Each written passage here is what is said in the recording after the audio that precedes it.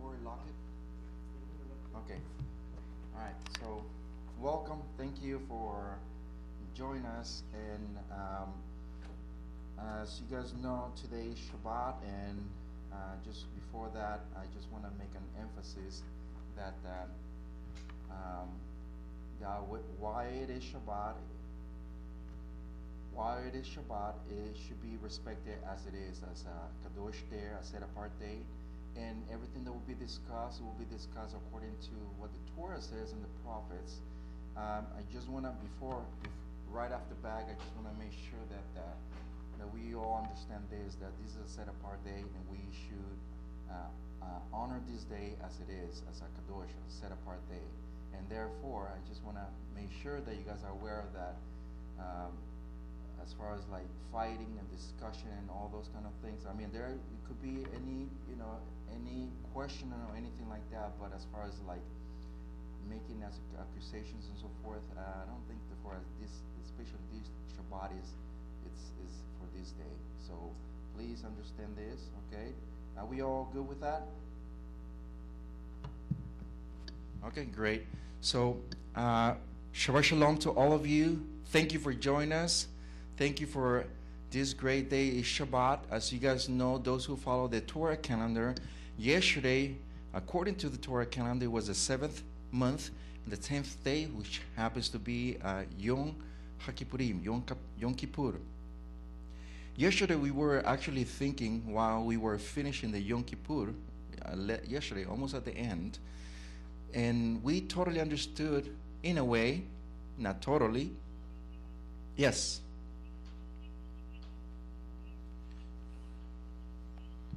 Okay. Okay, give me a second. You guys better? Okay, great. So as I was saying yesterday, we were ending the Yom HaKippurim, and because it's a long day, Yom Kippur is a long day, the fasting and praying.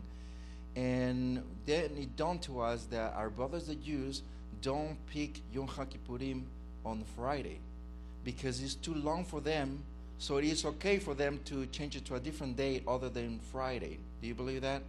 So, but the Torah doesn't say that. The Torah says it falls exactly as the Creator says it falls. There is no way around it. So, and it was beautiful. It was beautiful. It was a long day. It was beautiful. And here we are in a Shabbat that the Creator set apart. Now, before we continue, we will do a prayer, a tefillah. So I'm going to ask you to join me, please, for a prayer, please. Thank you. Baruch atah Yahweh, Bereinu melech haolam, asher kedishanu v'b'mitzvotav v'tzivanu noten chatocha. Blessed are you, Yahweh, the King of the universe, who have blessed us and trusted us with your Torah. Thank you, Father Habakadosh, that you have given us the opportunity on this set-apart day, this Shabbat, that you've given us this space of time so we can search and seek for the truth, which that's what you want from us, Ephraim. So we ask you once again to bless us with your knowledge and not allow us to understand more of your Torah, because it's very in-depth, and to make us understand that it's not our time, it's your set-apart festivals that are accounted for.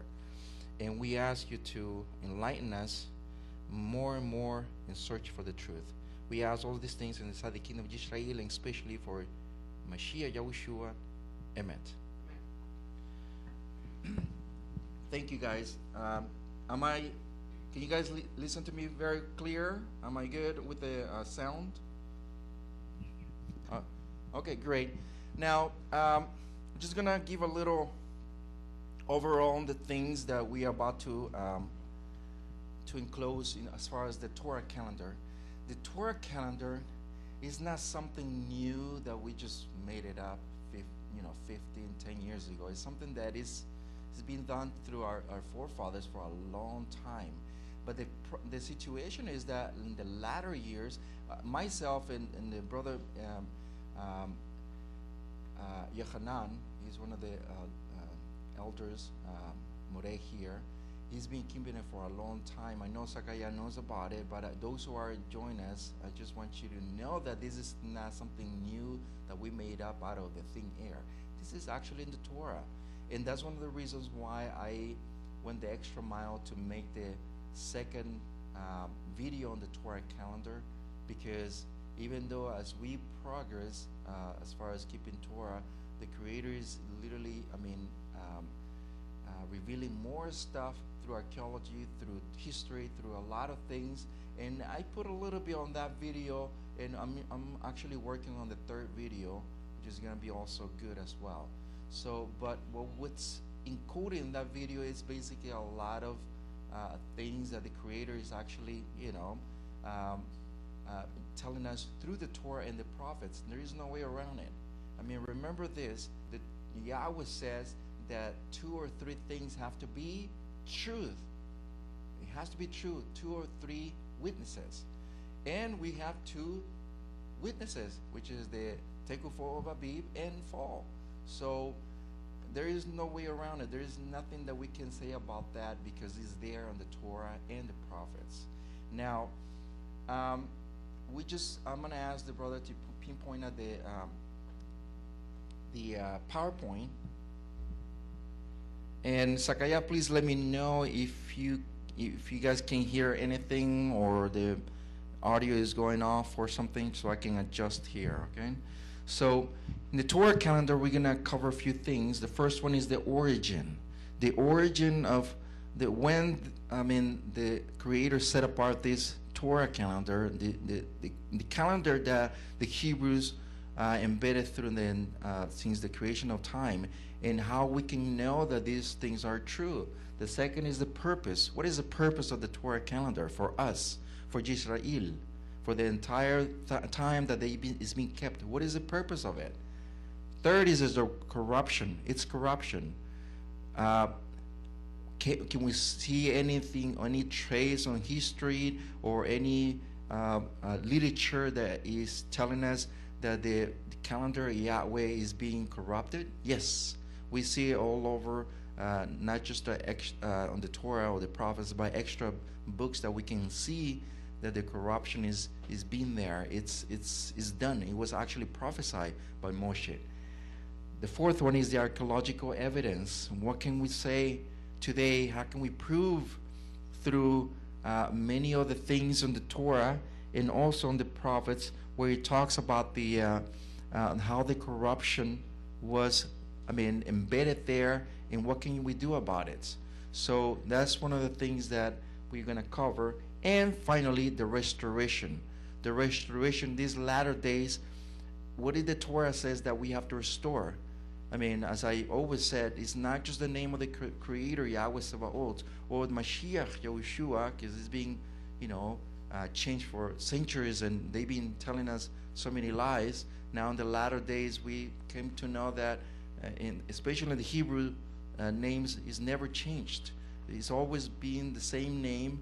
You just can, you can transliterate it, but even though you can't, even like Chinese names, you can't translate Chinese names by nature. They change the names, but you can never transliterate the names. And why is it very important for us to keep the Torah calendar in this proper time? Because if you think about it, there is a gentleman that he's probably with us today, Roger Davis. He asked me something. He actually posted, and he said to me, and he posted, and he said, am I keeping the calendar on the proper time? It's good that it's Yom Kippur, Yom Sukkot, and the rest of the festivals, but is he in the proper time, and the time that the Torah says it is? It's a very valid question for us, for me, for all of us. And those are questions that we being working out in our minds. Are we keeping the right timing? Is it fixed time, what I'm keeping? What did the Torah says? We always have to filter everything with the Torah. If the Torah doesn't say that, then there's a bunch of red flags should be going off. Why? Because the Torah says a lot of things the way it should be done. So always have to filter the things through the Torah and the prophets, of course. In Ishayahu or Isaiah, it says, chapter 20, I believe, or 8:20, I think it is, where it says that if they don't say according to the Torah and the prophets or the testimony, is because it hasn't dawned to them. That means they haven't enlightened yet. In other words, we always have to make sure it is embedded through the Torah and the prophets. Now, his brother is going to point out the PowerPoint there. If we're going to go through the origin, and the origin itself, we can see that the Creator made the heavens and earth, and he says there, and Yahweh said, let the light come to be, and the light come to be. And Yahweh saw the light, and it was good, and he was separated the light from the darkness. And Yahweh called the light day, and the darkness he called night. And they came to be the evening and the morning, the first day. So we can see here that the Creator, in the very beginning of creation, he separated the lights from the darkness. We know that for a fact, and it's been there for the entire time. Today, the way we've been taught is that we are, how can I put this? We are being taught in the Greco-Roman Western mind that the day starts at midnight, right? Like 12 midnight, the following day is the following day. That's the way it's been thought. But it's not a Jewish thing. This is a Hebrew thing that is Yahweh is embedded through the beginning of creation, that the days starts at sundown to sundown. Period. There's no way around it. Okay? It's not because the Jews invented it or anything. No, our brother Yahudim have followed what the Creator is being embedded for hundreds of years. Now it is there in the Torah. It says every day starts in the evening. I mean, when the sun sets. Now, we see the origin of things, and we wonder, I mean, the things that they've been taught us for a long time, I mean, they don't really quite make sense. There is one of the things I always thought about it in the Torah and the prophets, and one of them is about this. It says, do you bind the kima, or the loosen the cords of Kesil? Do you bring out the constellations and its seasons? Do you see that? Or do you lead the bear and its sons? Do you know the laws of the heavens, or the rules of the heavens? Or do you set the rule over the earth? It's a good question that Kadosh Baruch Hu is asking Job. He's asking Job, do you know how the constellations and the universe works? He's asking a question. It's a valid question that we should be asking ourselves. And the problem is that because we're being embedded with this Greco-Roman pagan mind, all of us have, is because we don't really grasp. And the things that we grasp so far, as we say, we're just scratching the surface.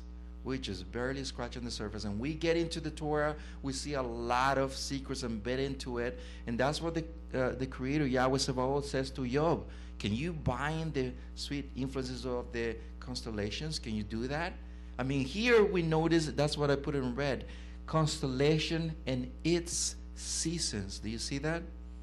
It has something very meaningful and power into it, because we have to understand this. The constellations actually alters the seasons. Without the seasons, there is no constellation. It's one way. I mean, it goes hand in hand. The constellations literally alter the seasons. And we can see it not just in the natural way, but we can see it in astronomy too as well.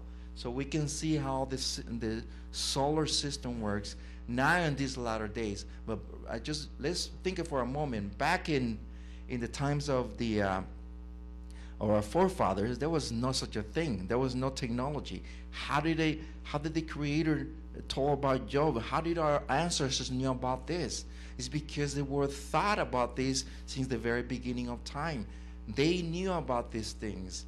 And believe me, they knew more than we did, because they knew exactly how to reckon the time and its season. Amazing. And this was passed on through generations and generations. This wasn't something that they needed to see the, what do you call this? Something through the stars, or lens to the stars, but we can actually see that they literally had this view of the constellations. And I'll give you an example. Do you remember when the Creator asked Abraham to count the stars? You see that? The stars comes into light. He says, count them if you can. Exactly how your seed will be, that you will be countless. It will be a number. And we can see it again, that the Creator is posing or putting as example the constellations again. And it's just amazing. And we see it again. I mean, we see over and over again constellations coming to in every event. And there is no way around it. There is always something embedded there. The question is, how did they know these things? How did they know that very poor technology, quote unquote? I mean, they knew so much. And yet, we're just scratching the surface, even though the technology is there, but we just know very little of what our ancestors did know. So, just in the latter days, we've seen so many things coming to light. And the amazing thing is that when we compare it to the Torah, it really makes sense. It really makes sense how the Torah says that it falls as far as the seasons is concerned. Now, I'll get there in just a minute. Let's just see, first of all, the corruption of the calendar. Why did it corrupt itself? Why? That's a good question. And I do want to mention something before you guys give me just a second.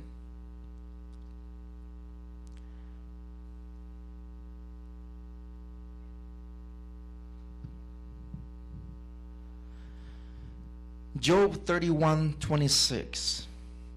26, it says, and if I looked upon the sun when it shines, or the moon moving in its brightness, so that my heart has been secretly enticed, and my mouth has been kissed my hand, thou too it is unpunishable crookedness, and for I have denied the Creator above. In other words, Job is saying again, remember this, he's saying this as far as the Creator is concerned. Do you guys know the meaning of the word idolatry? Do you guys know the meaning of the word idolatry? That's my question to those who are watching us right now, the conference call. Do you guys know the meaning of the word idolatry? Okay, could you tell me, please?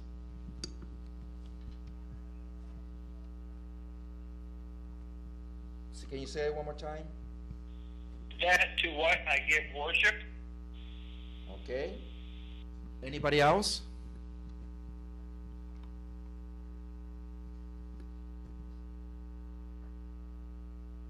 Anybody else?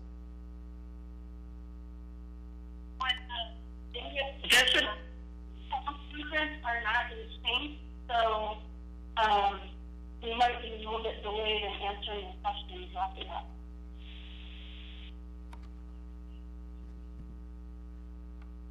Worshipping idols, okay? All right, when you guys talk, please tell your name, please, so we know who we're talking to. This is Cheryl Whitehead. Go ahead. And I was the first, David Burlingame. Thank you, David. Okay, so the first one says idolatry, the other one, which is the Creator, right? Which is not the Creator, right? Who else? Sakaya, do you have any thoughts?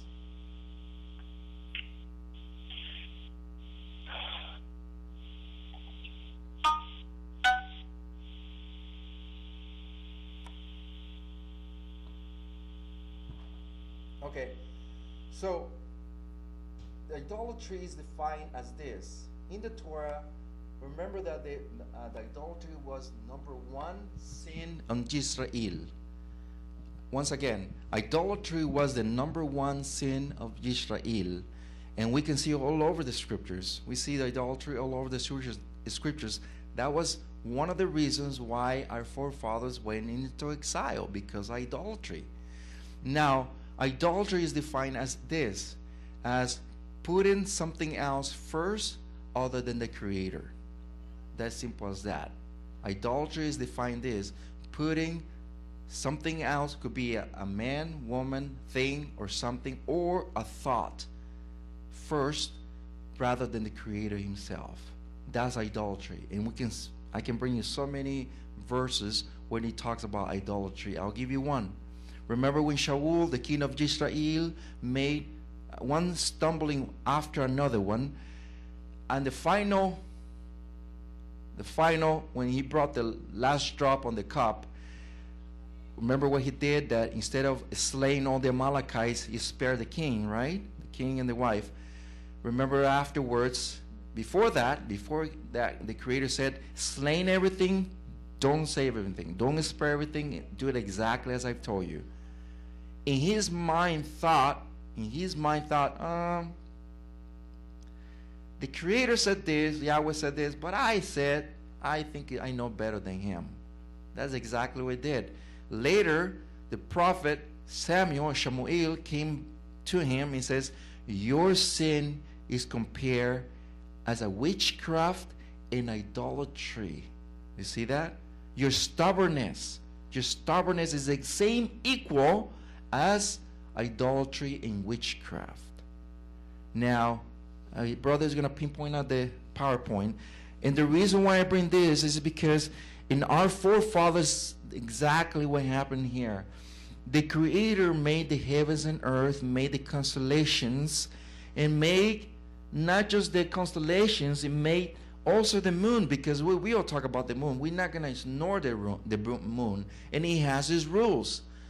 But when the Creator said to Job, or Job actually popped this question, he said, if I ever looked at the sun when it shines and the moon when it moves in this brightness, and my mouth or my heart has been secretly enticed, in other words, in my mind thought to myself, I'm probably going to start worshiping the sun and the moon. That's what he says here. My mouth kissed my hand. That was, in other words, that was a word, another word to worship anything.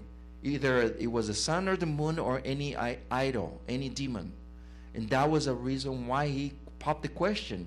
Then he says, that too is a punishable crookedness, he says, because I have denied the Creator above. That was like that's literally a betrayal from the person to the Creator.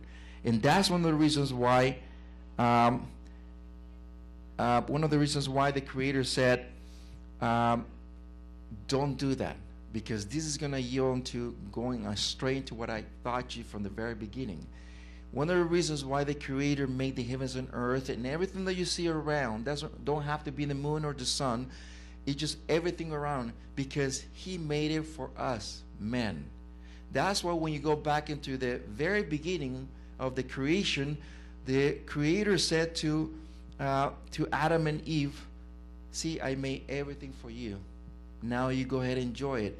But here's the Torah. Here's my mitzvot. Follow them and don't break them. Don't break them. I made everything for you. Now you follow my Torah.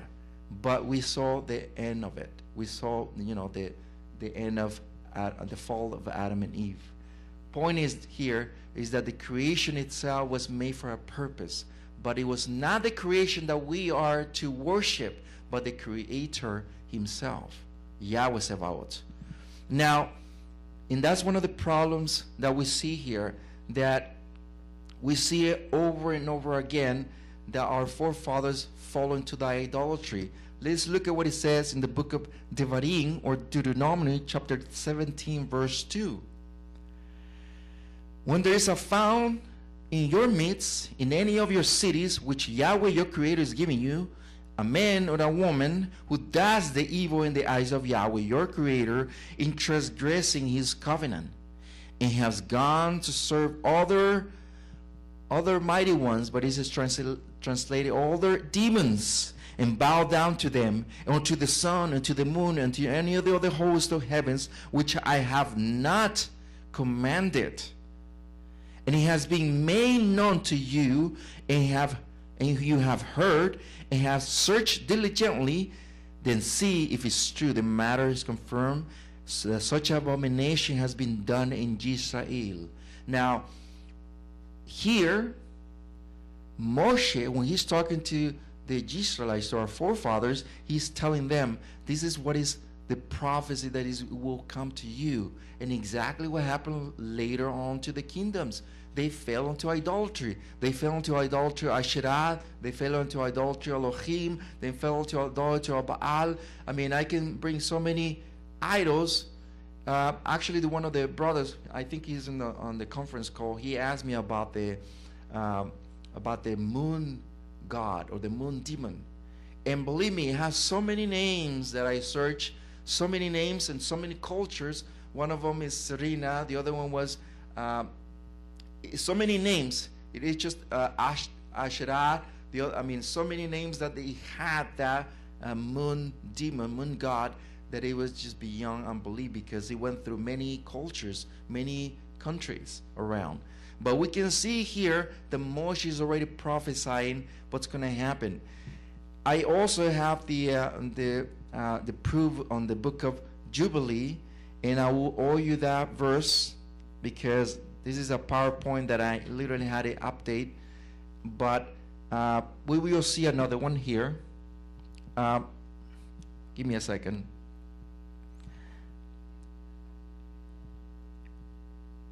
When we see these things, we can actually see for ourselves that the corruption was getting worse and worse as time went by. That when the two kingdoms arose, and it was a split into the kingdom of Yisra'il, to the house of Judah, and the house of Yisra'il, the two houses, the two kingdoms.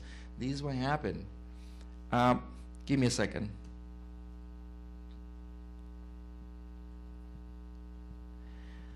Before we continue, I want to make a quick question to all of you. Is anybody has any questions so far before you continue?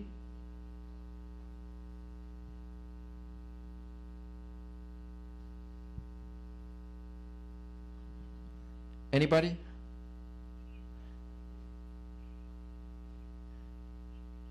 Yes, I'm sorry. I have a little problem going on, but I'm going to fix it in a few seconds. Just please bear with me, okay? Thank you. I appreciate that. It's a little problem that was running earlier, and I will fix this just momentarily. Please bear with me. Thank you. Now, one of the things that anybody else has any comments or any questions like that?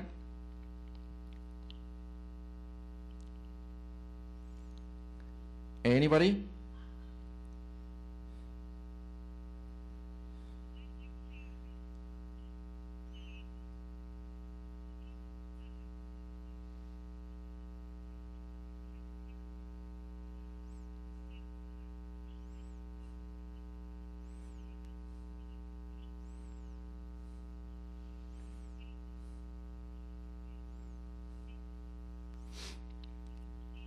Mm-hmm. Okay, that's a good question. It's a very good question. As we go on this presentation, we don't follow, as we can see that in the verses.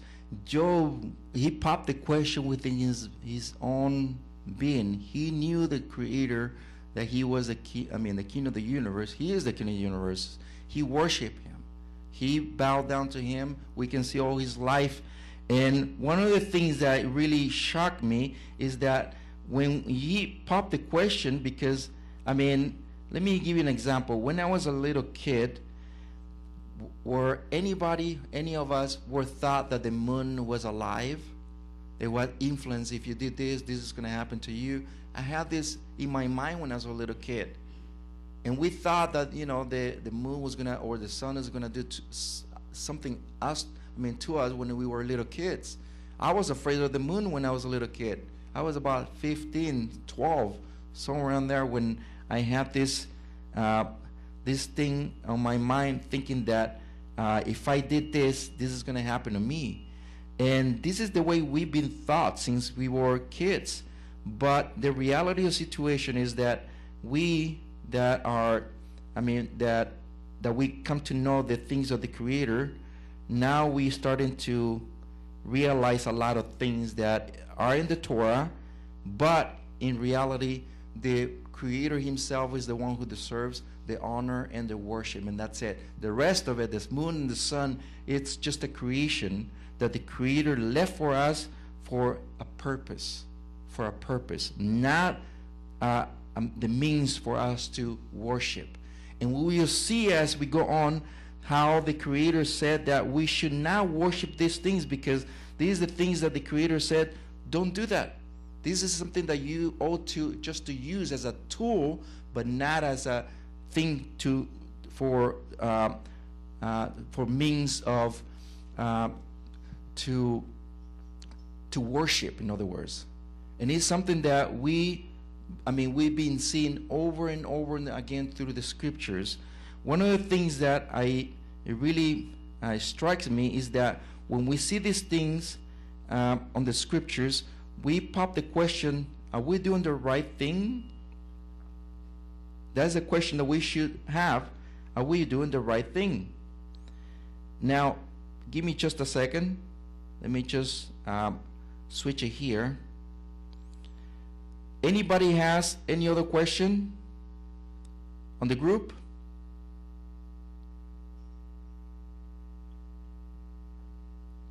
Anybody?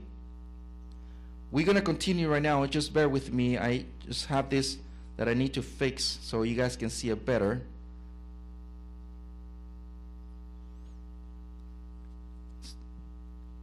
Was it clear up, Sakaya?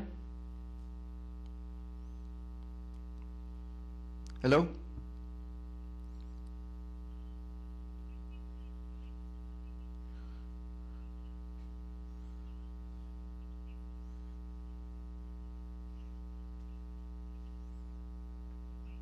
Okay.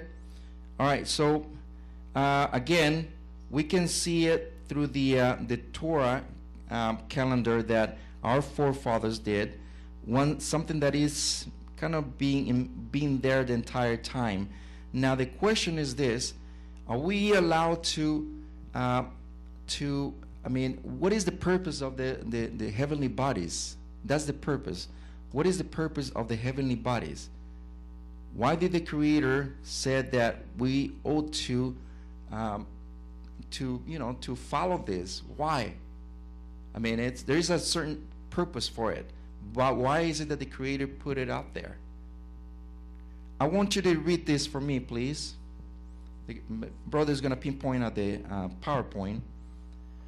He says this, and he said to me, Son of man, have you seen the elders of the house of Yisra'il are doing it in the dark? In the room his idols, for they say, Yahweh does not see us. Yahweh has forsaken the land. And he said to me, you are to see still a greater abomination which they are doing. And he brought me into the door of the north gate of the house of Yahweh, and saw a woman sitting there weeping for Tammuz. Then he said to me, have you seen this, O son of man, or Ben Adam? You are still see a greater abomination than this. And it says here,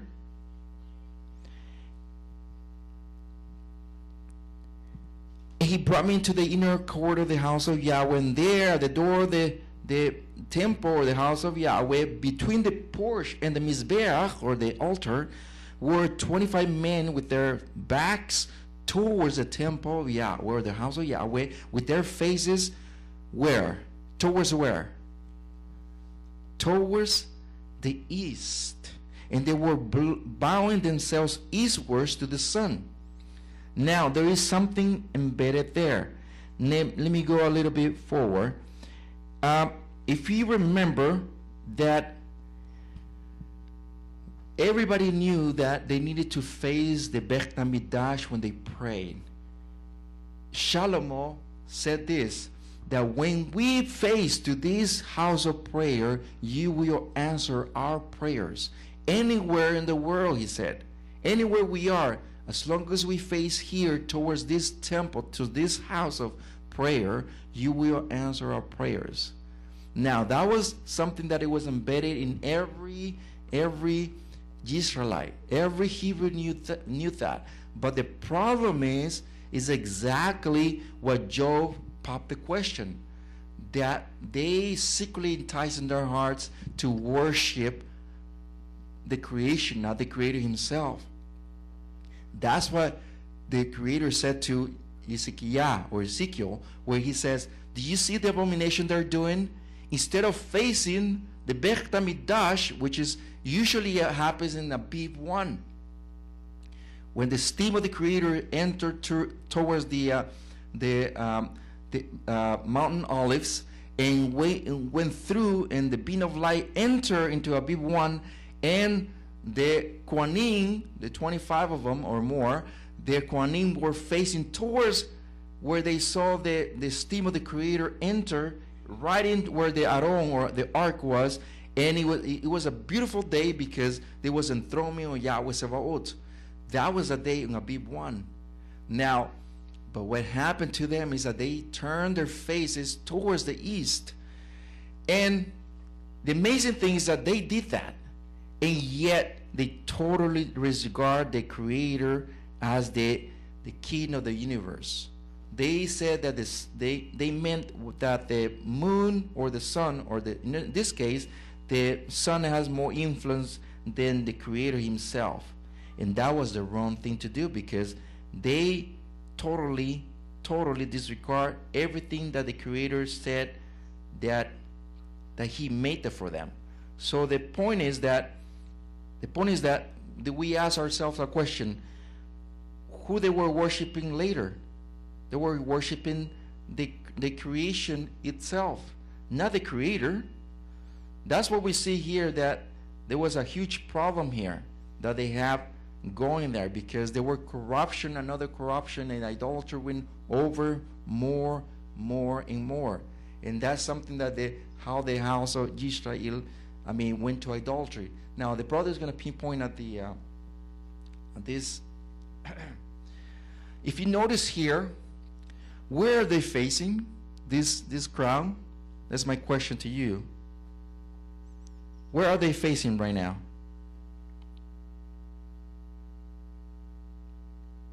Anybody?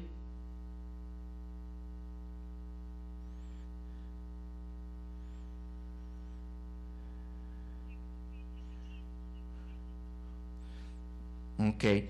Do you know where? Can you see this? Do you guys see where is this? Where this is supposed to be? What's supposed to be instead of the rock of the dome? What's supposed to be there instead?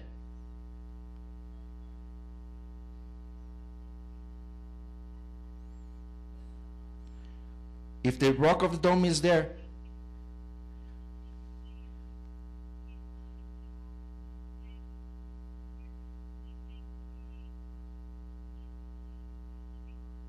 okay. So in other words, they are giving their backs to what? To where they're supposed to where the Beit HaMikdash was, right? So in other words, this is what these are the Muslims, by the way. Okay, this is what the Muslims are doing today. Okay, this is not yesterday. They've been doing it for years, and it's something that is not just them. Okay, I'm just gonna bring an example how the cultures around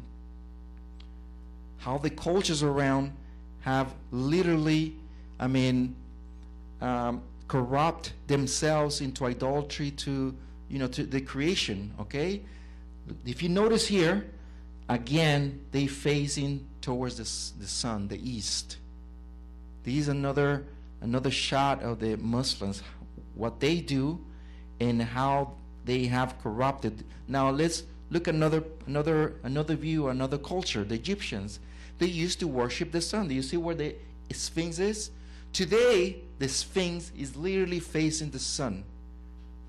Literally facing this rising of the sun today. That's why if you see the hieroglyphics, and in real time, if you guys go to Egypt, you will see the Sphinx actually facing the east. Not just them, also the Egyptians used to do that. And we see another shot, of how they used to do that back in those days. Back again, the question is, how in the world did this happen? If they were corrupting themselves to idolatry, much more the people of Yisra'il, that it was already prophesied by Moshe that this is going to happen in those times. Now, the real question is, today, I'll give you another example. You see the Sphinx there, how it's facing the sun? Another shot at it, and how it's being corrupted, I mean, over and over again.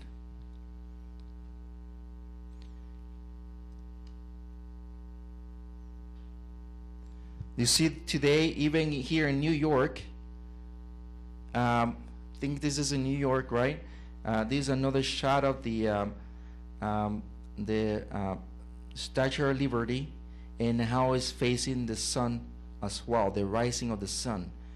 And once again, it's just pure paganism, but we see it not just in the Middle Eastern culture, but here with us, we see it over and over again.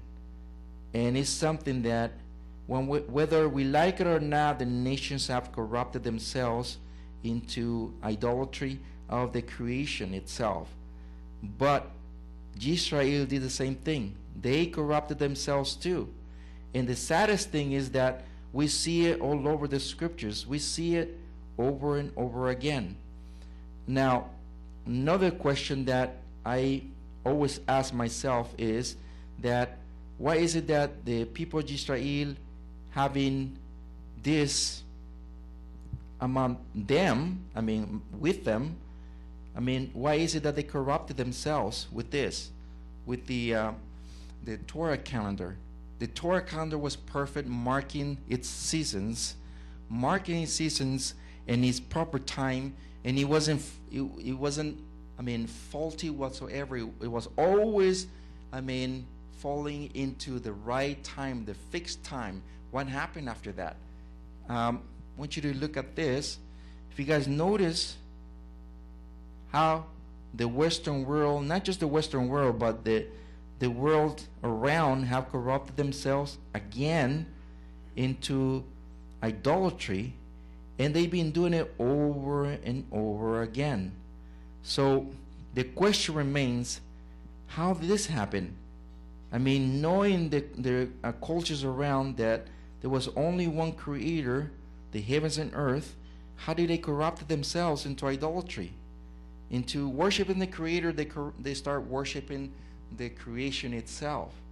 And the creator said over and over again not to do that, and yet they were doing it. So the question remains again, how did this happen?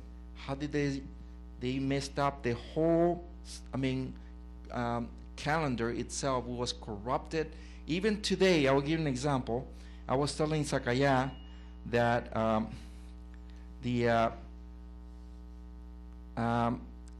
in the TORAH calendar, this year fell on which day? On March the 20th, the TORAH calendar, right?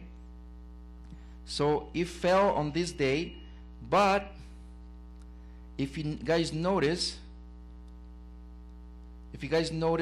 on this day, also the new moon fell at the same time. Now that's why we were keeping the TORAH according to what the TORAH says. I mean, the Pesach or Passover. But our brothers Yehudim were doing the same thing. But if you guys start seeing the same timing, because they fell in the same time, you will see how it fluctuates later. Today, they were celebrating Yom Teruah 10 days early. Exactly as the book of Jubilee says that they will come out 10 days early. Exactly. So once again, let's see who's right and who's wrong according to the TORAH. And it's not about who's right and who's wrong, but why don't we give the reason to the TORAH, not ourselves? Because we can be wrong. But let's start listening to what the TORAH says. Let's start listening to what Yahweh says in the TORAH and the prophets. I think if we start paying attention to what the TORAH and the prophets are literally saying, I think we're going to be okay. And we will notice how the times will fall exactly on the right time the Creator said it does. So I don't think there is no wait around it as far as the time, missing any time at all. So we go on to the next one. The brother is going to pinpoint another view there. There is another proof that not just the sun, but the moon and the stars, you see that? The stars, the moon, and the sun also, they were worshiping. And this is just, once again, the Babylonians were doing back in those times. And once again, the corruption, it just definitely took a very important part on Yisra'il, because remember, the land of Yisra'il they were about to inherit is a land that was literally corrupted with idolatry. That's when the Creator said to them, in the land that you will inherit from your forefathers, he says, is the land that is full of idolatry, but you should not do the things that they do. Do not incorporate the things that they do in your worship. And exactly what's happening today, that a lot of the things that are kadosh, set apart, are actually integrated to the things of the Creator, which is kind of like a mix up, or idolatry or corruption to the things of the Creator. And exactly what's happening today. Back in those times, they did the same thing too. So the question is, how can we know on the Torah calendar that the things of the Creator are set apart? How can we know that? Is a good question. So he's going to pinpoint another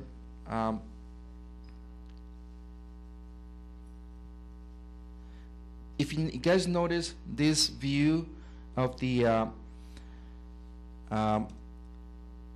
idolatry here in I think is in Mexico, in Chichen Itza, the pyramids of Chichen Itza. Do you guys notice here that the idolatry, worshiping at the not just the pyramid, but the equinox, or the rising of the sun? And this is happening, of course, on in Abib 20th, on Abib 1, but it's actually March 20th that falls here. But that's one of the reasons why I'm making the Torah calendar, the third part, because I was playing why the difference, not the difference, the similarities here that this one has, and also the Torah calendar. Why? We don't follow what they follow, but I'm just saying, why is it that they have a lot of similarities as far as that? So that's one of the reasons why I'm working on making the third calendar of the Creator, so we can see to differentiate between one another. Now, before we go on, I want to mention something very important. And this is the equinox. Actually, if you guys notice, the equinox on March the 20th, and how the crowds, by thousands in Chichen Itza, how they do it all the time, every year. And this is on in Jerusalem, how they're worshiping the sun. Now, if you guys notice here something similar, this is the moon, the new moon, and what else? The star. The new moon, the star, and the sun, of course. It's something that the pagans used to do that back in those days.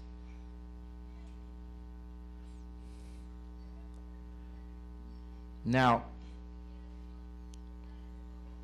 today, we can see how people are facing towards the east. Once again, it's not something new. It's something that they've been doing it for hundreds of years. And as we can see it, not just them, we can see a lot of cultures around in Ireland, in England, what else?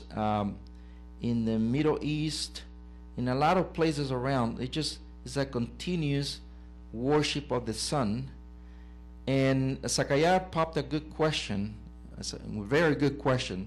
Why is it that, I mean, the difference between them and the Yisraelites, and how, I mean, the differentiate between idolatry and what's not idolatry. And we go back to the same question that I was saying earlier, that the Creator left these constellations, I should say, for a reason being as a tool for us to follow through. That's it, not as a place to worship, because we see on the scriptures that the scriptures says that they needed to guide themselves by this, but not as to worship, but as a tool. That's it, as a tool, nothing else. And we can see it. Let's see the other one.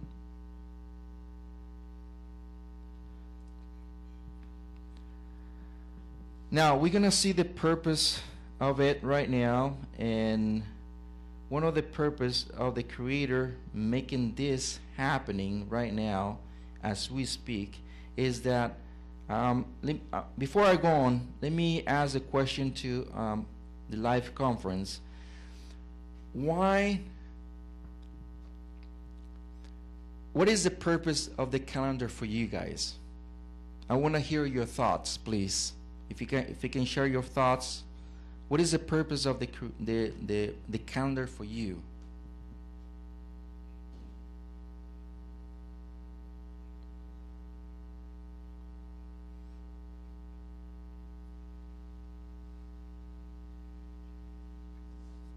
Okay. Can you repeat that one more time? Sorry about that. This is Dan. Go ahead, Dan. Oh no, I was just saying that for me, it's know when the feast times are, and to know when Shabbat is. Okay. Yes, and if you're speaking of the Gregorian calendar, I'm thinking the same thing. It marks the time for work and the time that we would celebrate different events. Okay. Anything else?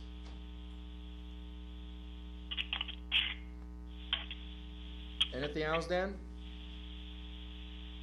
This is Zakaya. In addition to what's already been said,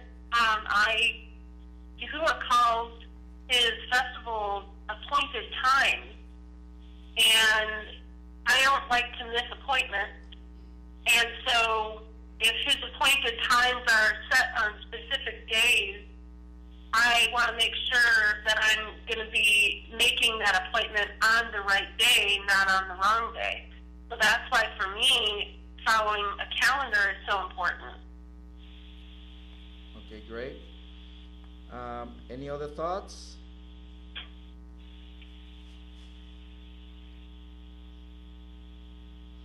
Any other thoughts, guys?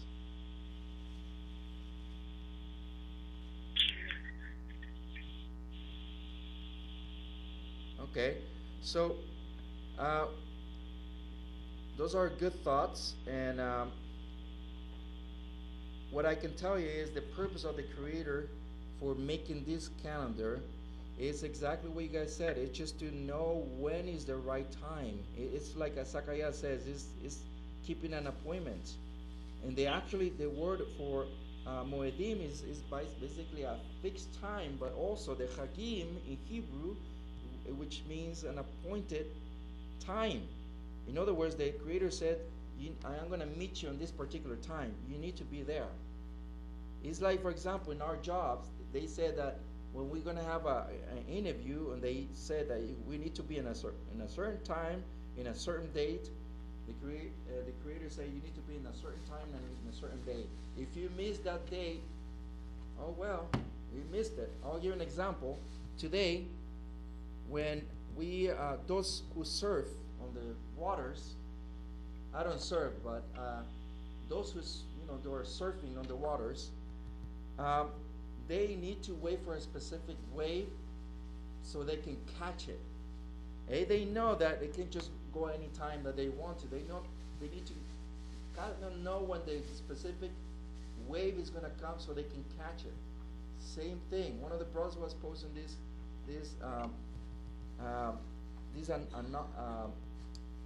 example, and he making a lot of sense because it does. It makes a whole lot of sense. How are we supposed to catch the wave? How are we supposed to know the right timing if we just want to go off anytime we want to? We can't. We need the purpose of the calendar is for us, for the Creator to let us know when is the proper time to fix. Otherwise, we just get it together. That's it. But not because the Creator said that this is a specific time. So we go back to the same thing. When is the proper time that the Creator said that we ought to, to keep? Now, let's go on to, please, if you can follow me.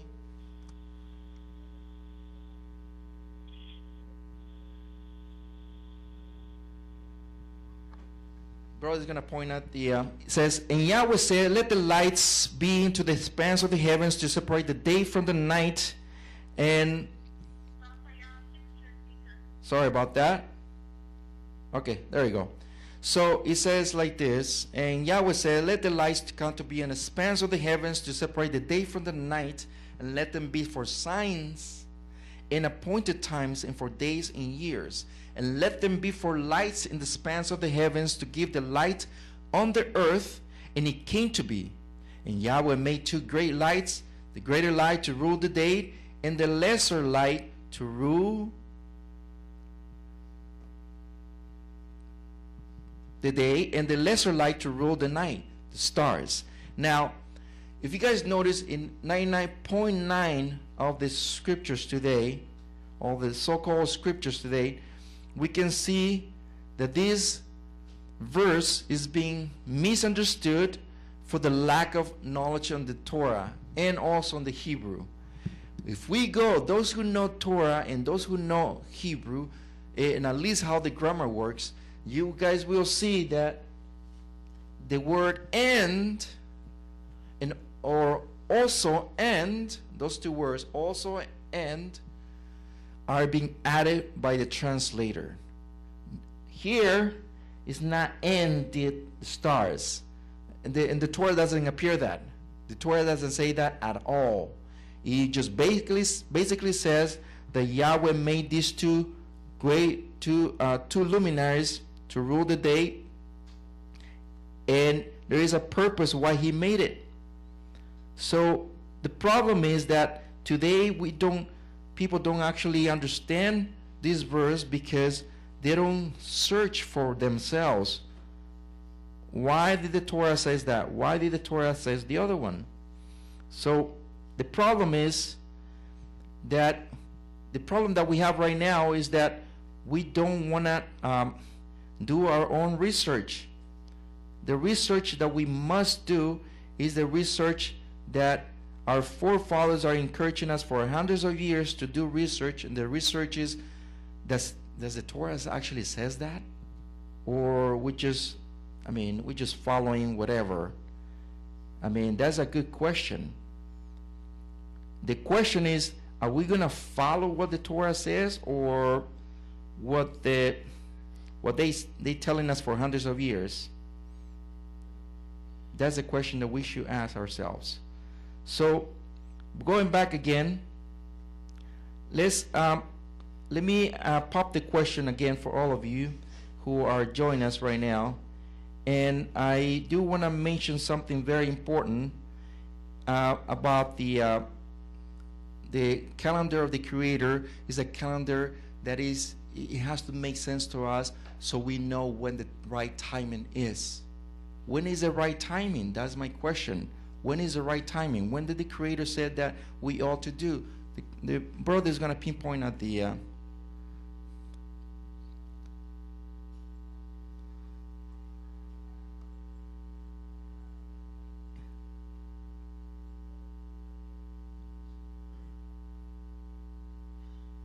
He says, and Yahweh made two luminaries the greater luminary to rule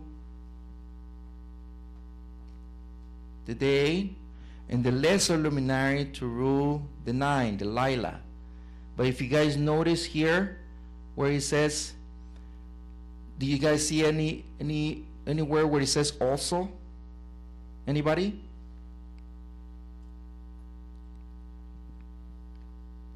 If you guys notice there, it doesn't say also whatsoever.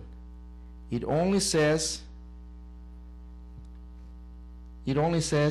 ot, the word ot, and that doesn't mean also, okay? Ot means it's a mark or a beacon. That's what it means, but it's not translated. It's not translated. If you guys please do the research in H853 on the Strongs, okay? H53 on the Strongs. Please write it down. I know this is going to be recorded, but please write it down. You guys are going to see that the word ot, H53, is the same that you guys are going to find on Bereshit or Genesis chapter 1, verse 14. Is the same word, ot, which is a mark or a beacon. When Yahweh said to our forefathers through Moshe, he says, and you should give them the Shabbat because it's a sign between me and you through your generations. The word sign is the same ot. The same word is ot. I mean, the question is why the translators didn't want to translate this. It's a good question. They did not want to translate that. And I had no idea why they made that huge mistake on not translating the way it's supposed to be translated to. So we go back to the same thing. It's something that they've been telling us for many years, and the problem is that it's been there the entire time. It's for us to do the research that we must do as followers of the Torah. The followers of the Torah is we must do the things that we need to do, otherwise we're going to fail to do what has been entrusted to us for hundreds of years. Now the question is, yes, go ahead. Yes, I can. That word is O-T-H. This one is Aleph. This is Tau, Aleph, and Tau, which is, sorry about that. This is Wow, Aleph, Tau, okay? Wow, Aleph, Tau. You're welcome. So we go back again and we see these things happening as we go through, and my question is, why is these things are not translated into the scriptures? That's my question. I mean, they've been there the entire time. Why is it that they don't want to tell us these things? It's just amazing how these things take apart, and they don't want to tell us, I mean, these things for a long time. They just been there. They just want to tell us it's being encoded there.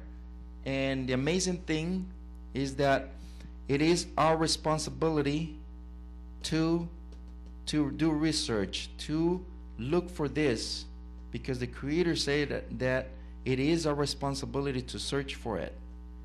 It is our responsibility to search for it.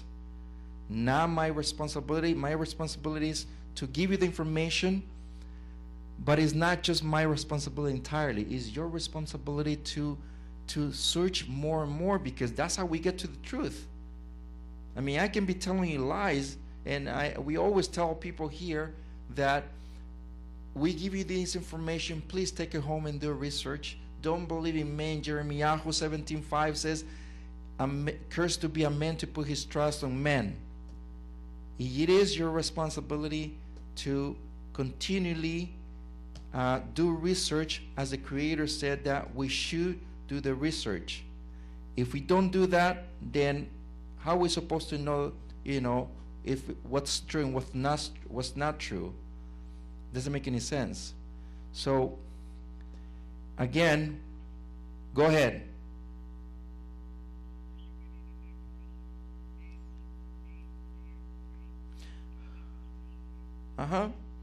Well, please look at the root, please. Don't look at just the word. Look at the root of that. Please look at the root, because the root comes from that. Comes from the word ot. It's in the same. Look at the same word. Just a hint. Who am I talking to right now? Okay, David. Thank you, David. Good thought, David. Please, this is a tip for all of you who are in search for the Torah, in search for the Emet. Don't just look at the word. Look at the root of the word. That's why we ought to look for all the time, the root of the word. Where is it coming from? Where did they take it from? Where did they take this word? Because you're always going to see another link to another root, which is the root. That's what you want. You want the root of the word. Okay? It's not just the word itself. It's going to tell you where is it coming from.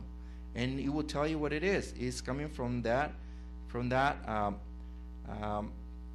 do you call this? From the word ot. The same word that you see on it is O-T-H. That's how it's spelled in English, of course. But, and you guys are going to see it for yourselves, that is being there and quoted there for a long time. It just, the problem is that the translators don't want to tell us exactly what's encoded there for a long time, and it's our responsibility. It is a time now that we ought to do the things that they've been telling us for a long time to do, which is do research. And once we do research, we will decode a lot of things that the Creator has been there for a long time.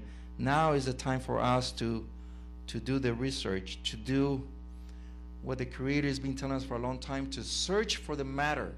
The search of the matter is for the kings, he says. Remember what in Shemot or Exodus 19 says that we call upon to be kings and kohanim and priests. Same thing as we're restoring the things right now. These are the end of times. We are restoring the things right in these latter days. We are restoring the emet, the truth. And that's one of the reasons why you guys, the Tolling Conference, it's not me just talking, it's all of us. I want your input. I want you to tell me what's bothering you. What is the purpose of why you join us today? Because we always have that question, is when is the right time? The theme today is the Torah calendar. The Torah calendar is the one who are actually, for one way or other, whether we like it or not, is being there the entire time. Now the question is, when is the right time? Does it make sense in the Torah? Does the Torah says this, that Yahweh make this in a certain time? Okay, let's look into it. Let's look at the matter. Let's not just me talking. It's let's see what the Creator said on His Torah. That's what it's all about. If we don't see this, yes.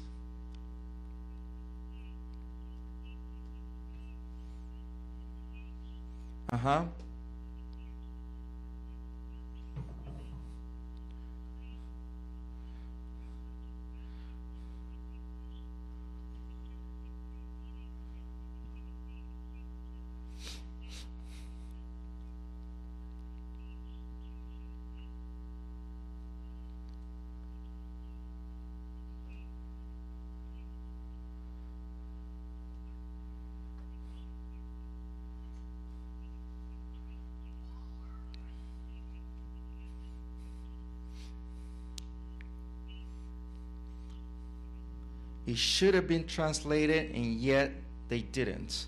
And it's amazing because, go ahead. Go ahead, Dave. Go ahead. Hold on, David. Hold on. Go ahead, Dave. Go ahead. Okay, I'm reading from the King James 2. It's called eSword. And what I'm seeing is the different variations of the King James, which has the strongest numbers in it, will give different lengths of definitions for these things. They're not all reading the same. The thing is that, here's the thing, David. You got, is a rule of thumb is that just don't believe in one thing. You need to keep, one of the things about Strong's, okay, is that is not fully, how can I put this? Is not fully developed, in other words. It's not scratch all the way to, they only scratching the surface up to a certain point of time. That's it. If you go into the actual, some of the things that they said, he contradicts himself. Like in the word month. In the word month, they translate it as moon, and it really confuses you. But when you do the research yourself as a true researcher, you will find out, wait a minute, they're not even telling me what it is. They're just scratching the surface here. So the problem is that we have a lot of, how can I put this? We have a lot of variations there, that some that are telling me what it is, some aren't.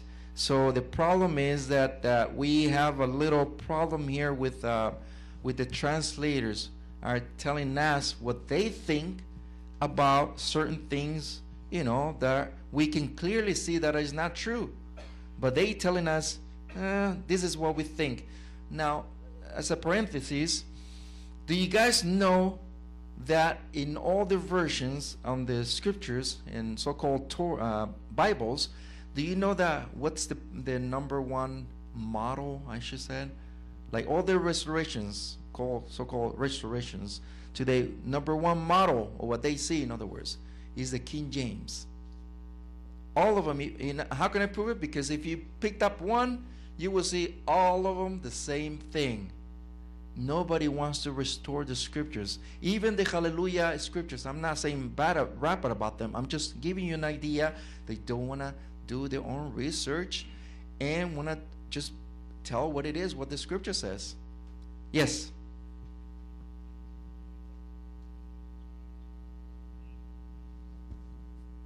Talking about the Aleppo Codex and where do we go to get this information? To dig further. It's a very good question, Dan. Here's a lot of resources and sources where you can find upon the where you can find one of these the codex. Another one, it's what do you call this?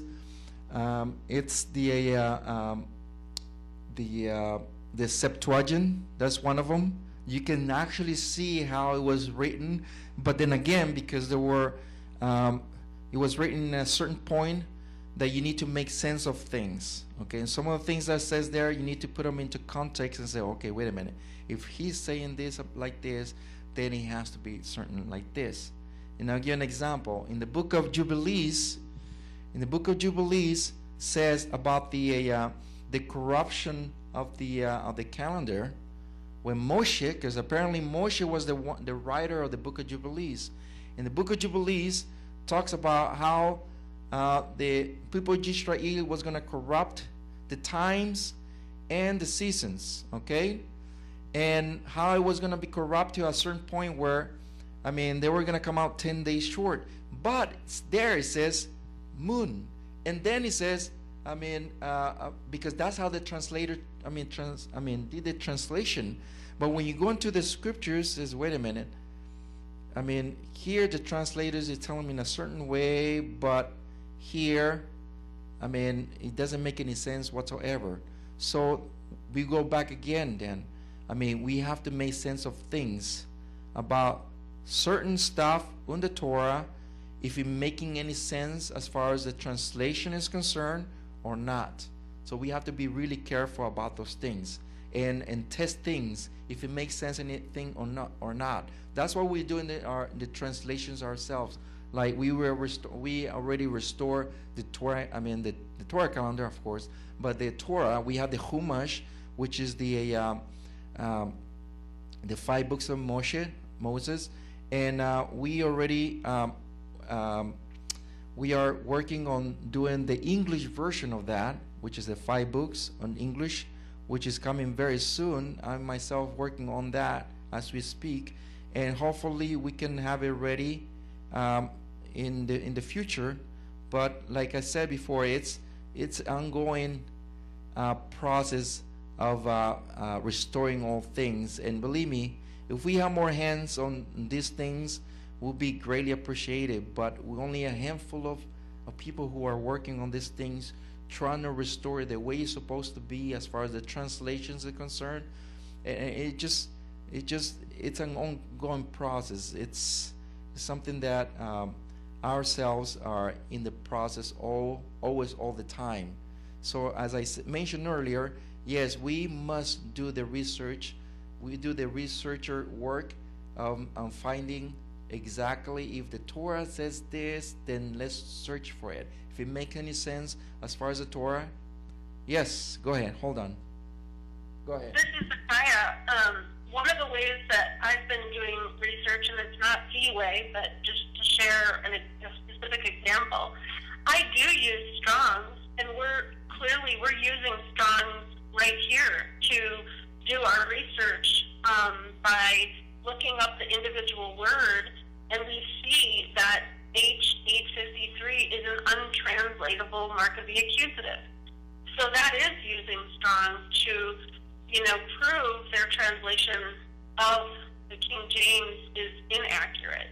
Also, if you go and look up the words Rosh Chodesh, you'll see that it says the beginning of the month. And it also will say new moon.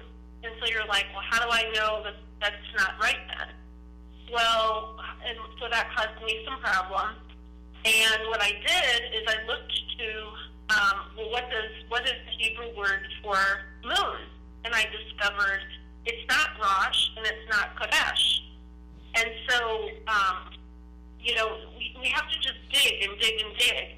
And so where did that lead me? It leaded me to say, well, Rosh Chodesh does not mean new moon. It means beginning of the month. And even on the Jewish websites, they say that. So in that sense, I had to question Strong's. But it has to come from more than one witness. I think Rapha'Yah would know the scripture better than I can't quote it. But that there has to be 2 witnesses to prove a thing.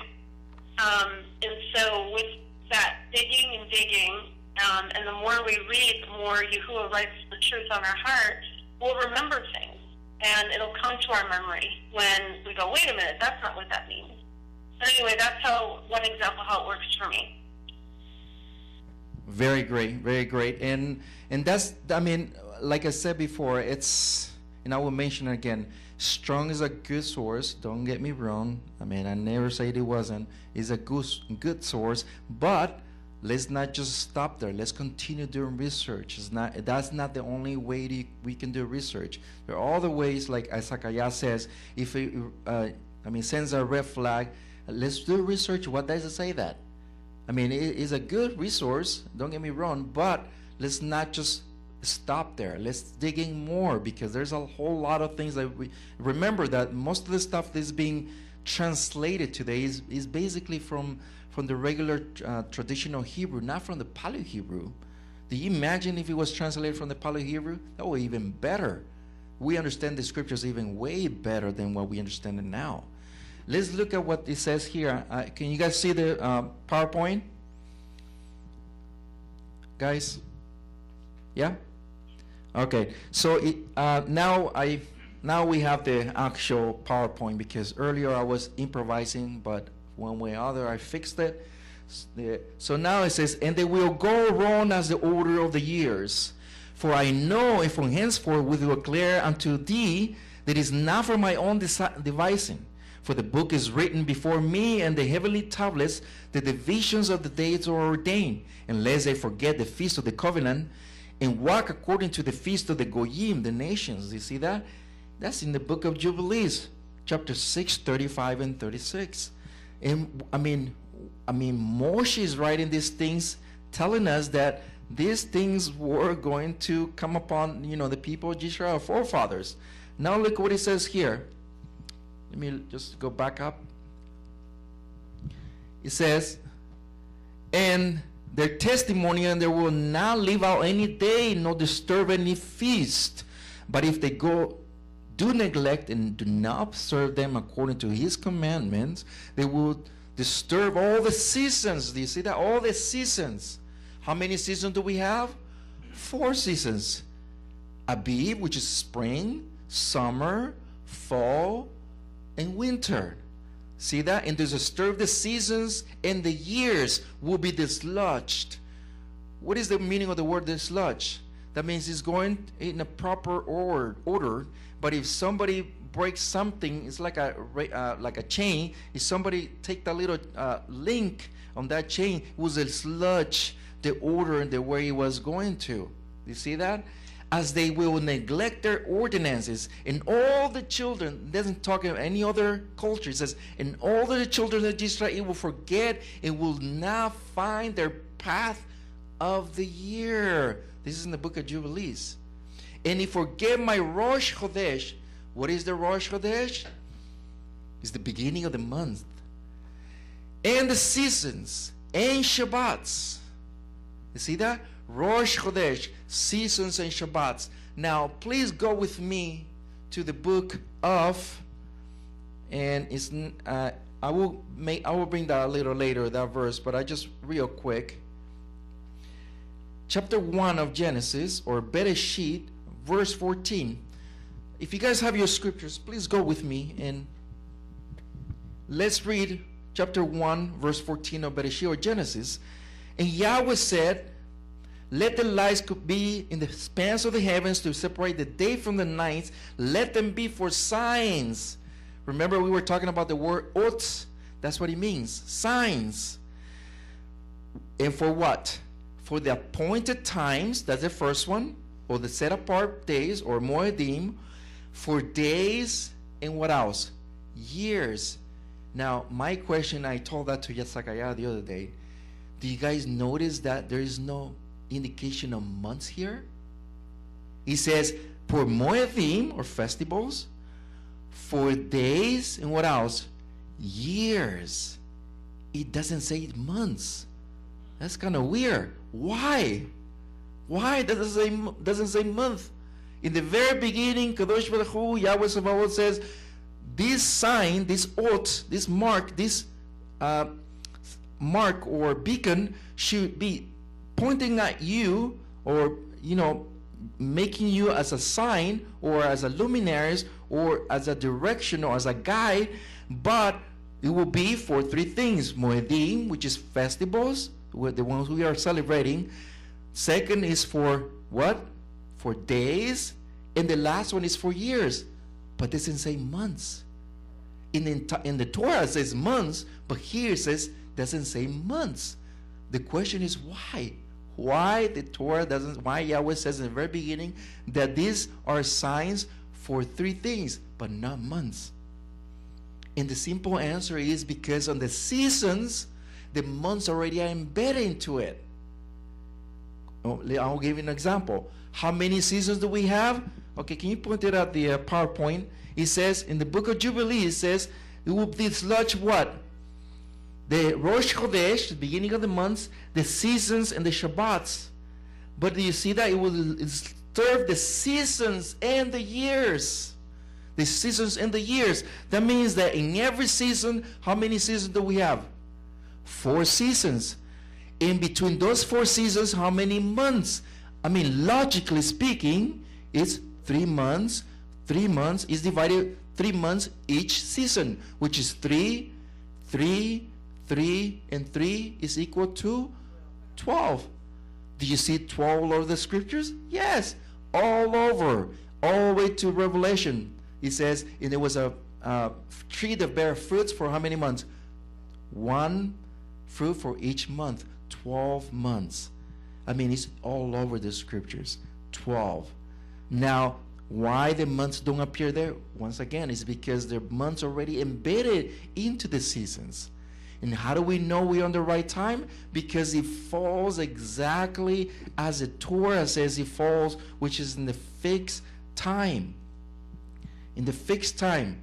How do we know that? Because we know, let's look at another, and walk according to the feast of the nations, according to Daniel chapter 7 verse 25, I believe, where it says he would try to change the times, and what else?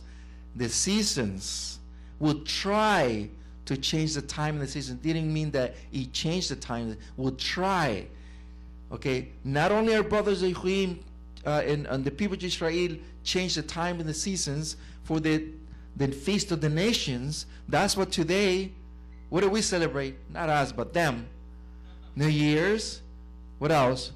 All the pagan festivals. And when we celebrate it over and over and over for hundreds of years, in our mind we think it's true. When we do the research, it's all pagan. Pagan origin. It says, according to the feast of the nations, after their error and after their ignorance, there will be those who will be assuredly make observations of what? Of the moon. It says very clear there how it disturbs the seasons. See that? The seasons is embedded where? Upon the constellations, as we saw in the very beginning. And it comes from year to year. How many days too soon? 10 days. How many days were this year? Exactly 10 days too soon. Are we are we going exactly at those times? Exactly. It's nothing new. For this reason, the years will come upon them within they disturb their order and make an abominable day of testimony. And this is exactly what's happening today. Exactly what's happening today. We're not pointing fingers. We're just saying that, question ourselves. I mean, it's not me. It's not you. It's about what the Creator says, that when is the right time. It's just simple as that. What I said, it doesn't really matter. What the Creator says is what it matters at the very end of the deal. And it does. Because he says in his Torah, and let's read it. And they will forget all my Torah and all my commandments, all my judgments, and they will go astray as the Rosh Chodesh. That means they will go completely ignoring the Rosh Chodesh and the Shabbats and festivals and jubilees and ordinances. It wasn't just the Shabbats. It will be everything around it. Everything according to, because if it's Shabbat, of course if you're gonna completely ignore Shabbat, you're gonna ignore the rest. Remember that in every festival there is a Shabbat, right? There is a Shabbat in every festival. Like yesterday, Yom Kippurim, it was a Shabbat. Whether we like it or not, it is considered Shabbat. He says, you should not work on this day. You should deny yourself. Just like today. Today Shabbat. Today is a weekly Shabbat. Yesterday was an annual Shabbat. Same level of Kadushah. Same level of to be set apart. So, once again, we have to make sense of things. Not what I said is what the Torah says. That's what it matters at the very end. Job, we just seen that verse. Look another verse.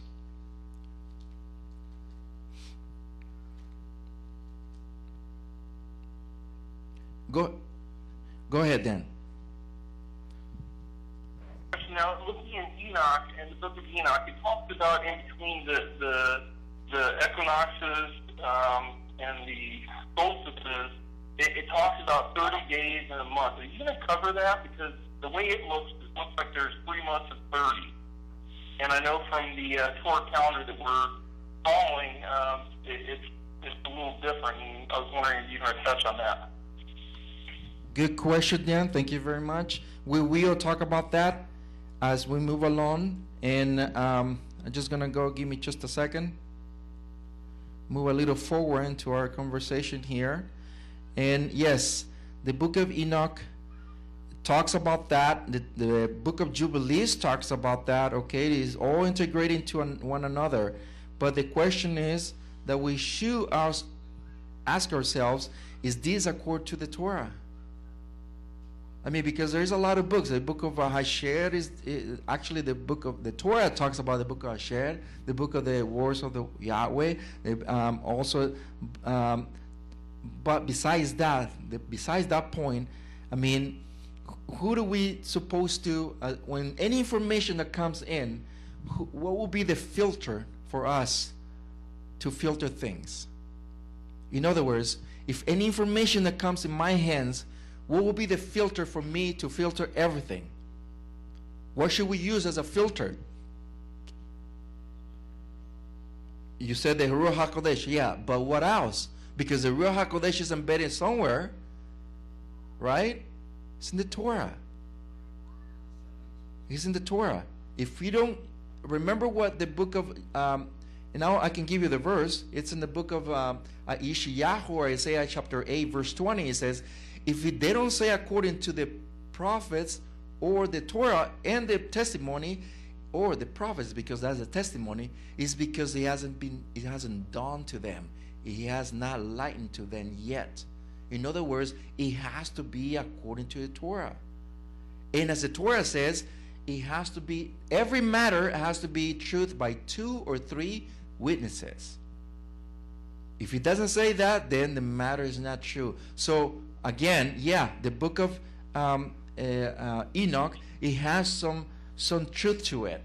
It has 364, and I agree on that. But the problem is that is tend to ignore is that in the book of Enoch and also in the book of Jubilees, you will see a big one there.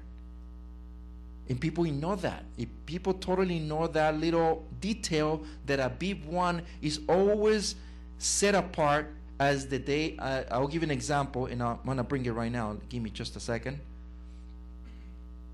Okay, give me a few seconds, and I will close this. Okay, there we go.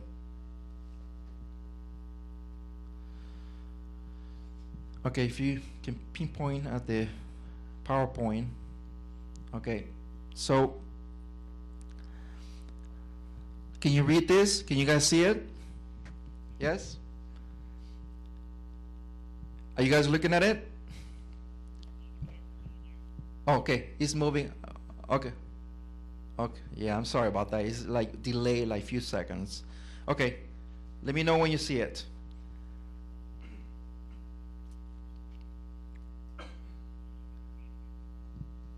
You guys see it now?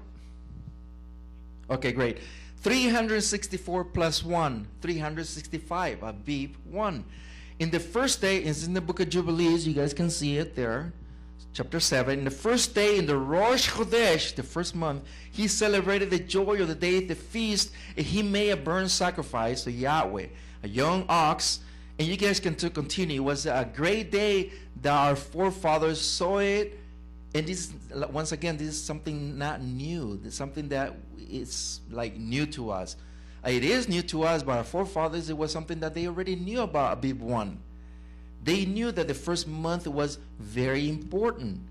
Now, look at this. And this is the same pattern as 364 days plus 1. I'll give you an example. How many days do we have in a week? 7. It's all over in the Torah, chapter 1. The first day the Creator made, the second, third, 4, 5, 6. In the whole Torah, not even a single shred of evidence in all 5 books of Moshe, or the Torah, what is known today, that every day is known as like Monday, Tuesday, Wednesday, whatever. It's always numbered. Always numbered. But the Creator, in the very beginning, he called the 7th day what? Shabbat. Shabbat means day of rest, but there is more deeper meaning into it. Shabbat. Okay? Now we see the pattern here. And we see the same thing as Abib. Abib, the Creator calls in the 5 books of Moshe as a singular month. And he calls it by a day. He calls it Abib. Then the second, third, 4, 5, 6, 7, 8, 9, 10, 12.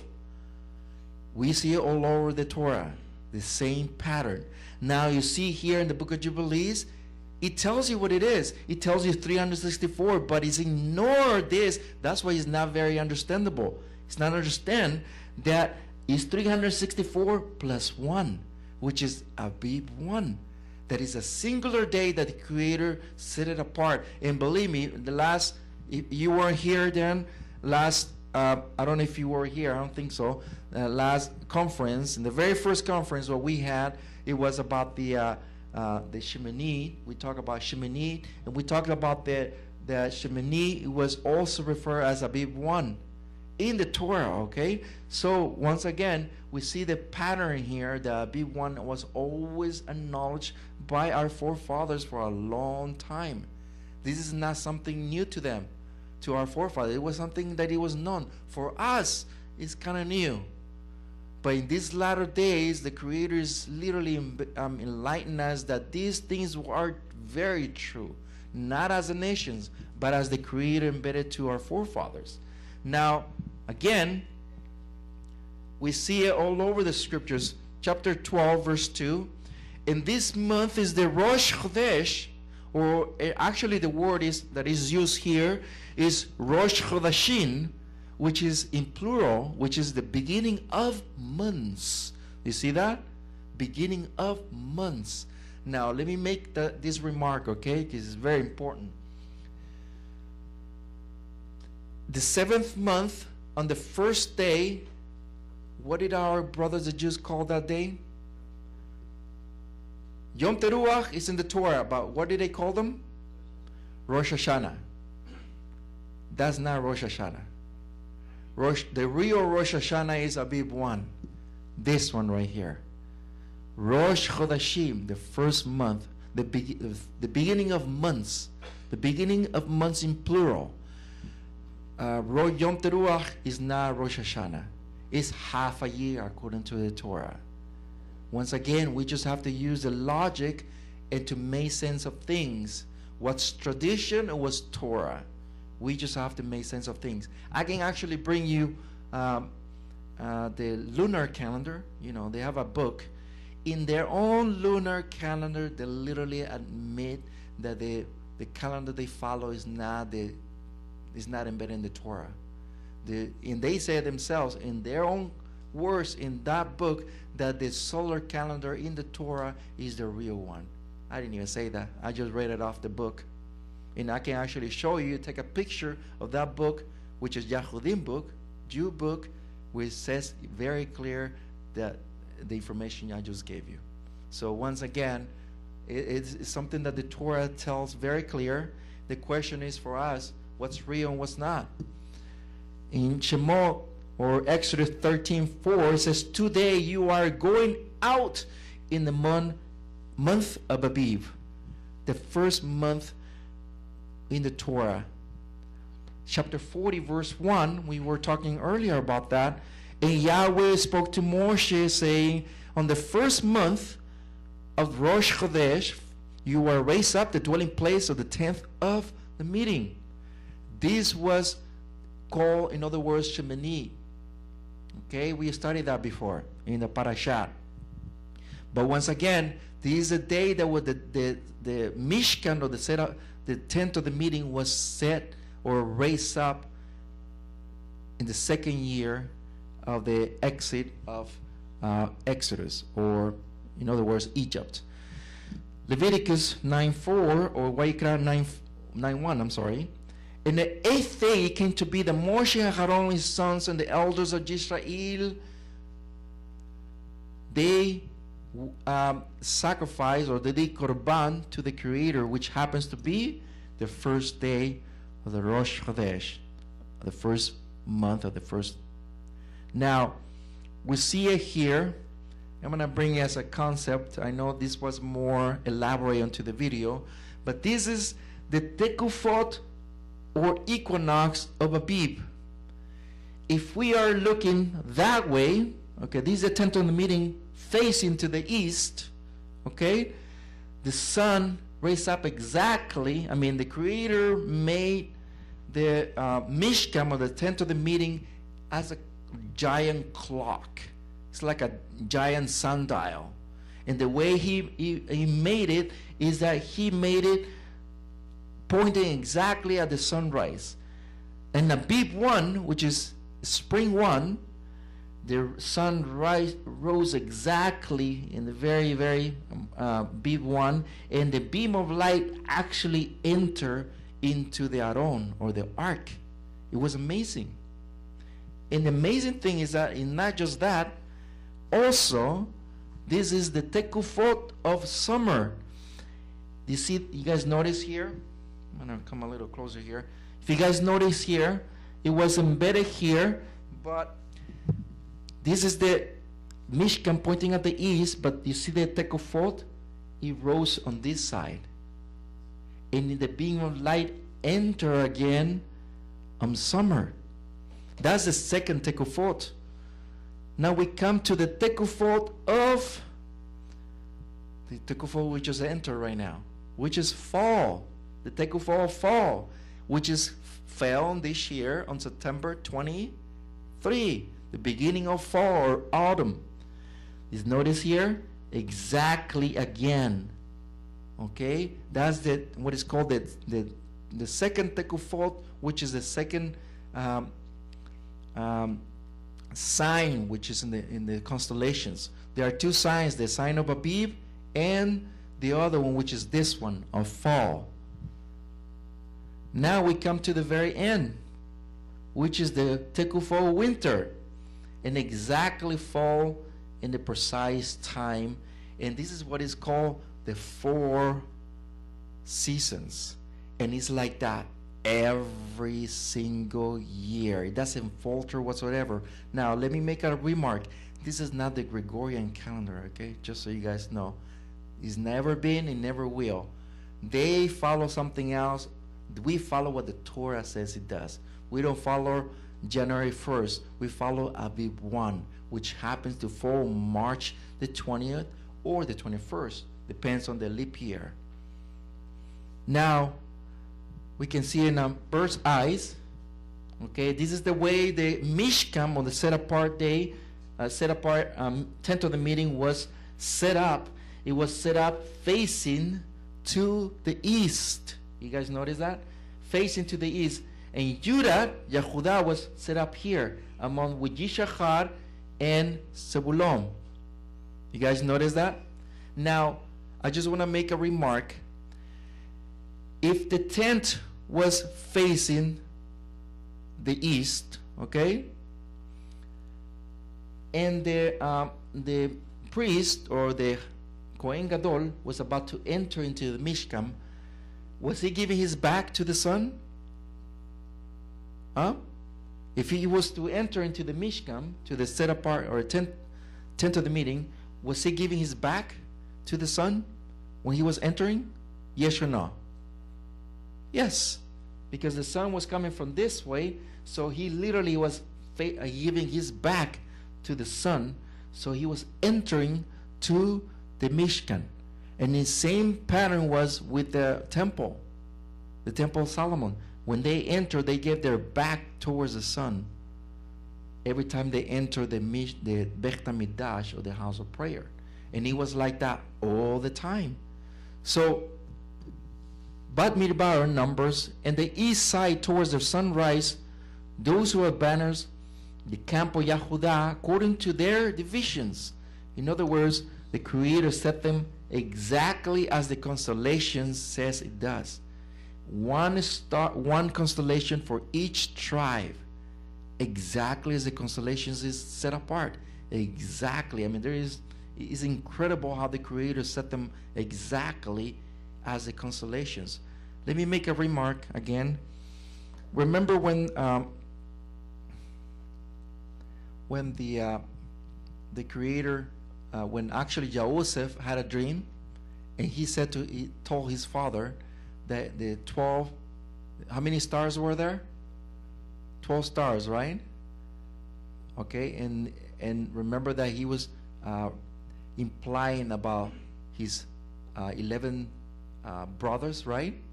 And himself, 12 stars. 12 stars, 12 constellations. Okay, this is not something that is being there the entire time. We're just barely understanding, barely scratching the surface about the constellations. They being there the entire time. What is called today the horoscope, that is being completely corrupted, is not.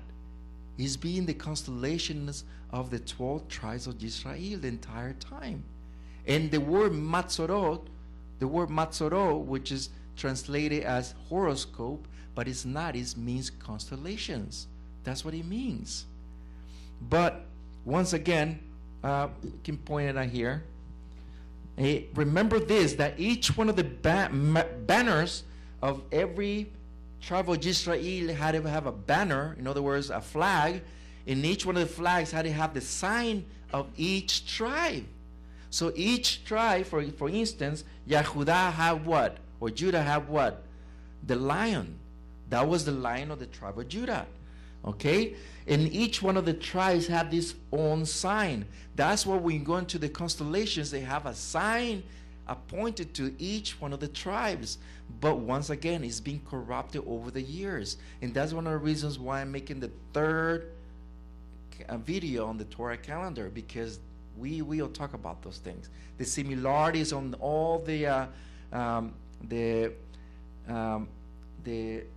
countries and cultures around. Some similarities about Yisra'il, but why? It's because it's being completely paganized on a lot of things. Now, moving on, and I guess real quick, we're going to point in bird's eyes how the Abib 1 came to be, exactly the sunbeam came to be, and summer, right? And then back to fall, okay? And then ended on winter, okay? So the Mishkan was a very, very set apart, place that the Creator set them apart. Every time the people of Israel camped, it had to be pointed and symbol exactly facing towards the east, because that's the way the Creator set them apart to count the divisions of the day, and also the constellations and the years, and they knew when to celebrate the festivals. It's amazing. And they knew it all along. Here it says, Yahweh went before them in a day by a cloud, the column of cloud to lead them by a day, in the night in a column of fire to give them light, so they has to go by day and night. And this is something that I always wonder, why did the Creator give this to? It was something amazing, they saw it, but why did I see this somewhere else? I always ask myself, why? Because this is the same pattern that Shalomo saw it later. Shalomo, remember, there was giving a whole lot of wisdom to him. All that wisdom was embedded to him, that was given to him, he put it to work on the Mishkan. And believe me, there's more to it. There's more to it. I just couldn't have time to bring it. But there is so much that it was embedded in the what is called today the temple, or the house of prayers. And Hiram made 2 pots of the shovel and the bowls, and Hiram completed doing all the work he was to do with the king Shalomo in the house of Yahweh. The 2 columns and the 2 bowl-shaped capitals that were on top of the columns, and the 2 networks covering the 2 bowl-shaped capitals which were on top of the columns, and the 1 seat and the 12 oxen under the seat. You notice something similar here? 2 columns in the desert, 2 columns here. Something going on here. Something that it was embedded there, but it was, of course, Shalomo made it possible, but made it more settled now. If you guys notice here, there were 2 columns that Shalomo made. Why? It wasn't just the tekufot, it was more to it, but I'll bring it another time. But mainly those columns were made for something, and we will see it. One was called Chasi, the other one's Boaz. One means light, and the other one means understanding. Lighting, understanding. Amazing. Because without that, we don't have that. We don't have understanding whatsoever. There's no light, there's no understanding. And if you guys notice here, you guys notice how the Beit HaMikdash was, this is the court, outside court. This is the Kadosh, or set apart place, but this is the Kadosh HaKadoshim, which is the most set apart place, which was the Aaron was, or the ark. Now, in Abib 1, okay, this is how the beam of light came to be. If you guys notice here, if you guys see here, Abib 1 entered exactly all the way to the Aaron. And there's so much information when it talks about the Abib 1, the beam of light that went through the Mountain of Olives, went through it, and exactly the beam of light actually opened, the doors miraculously opened, and the beam of light entered exactly on the Aaron. And that was the date of the enthronement of Yahweh Sabaoth, Abib 1. It's all over the scriptures. It's not something new. It's all over the scriptures. Now, my question is, did the priests or the Levites knew about this day? They knew it. They knew it very good. Now we come to the second tekufot of what is called the tekufot of summer. But you guys notice, and I'm going to make a little emphasis here.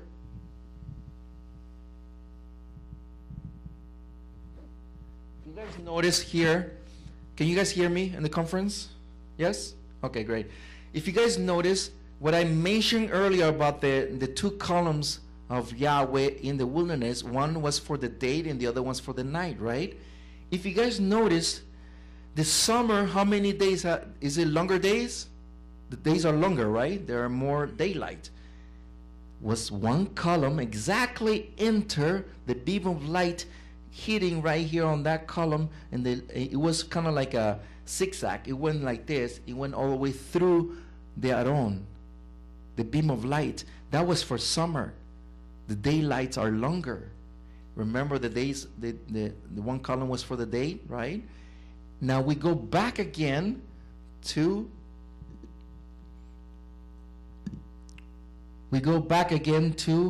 the season of fall, which is this one right now, and which is always called half a year, or turn of the year, or the end of the year.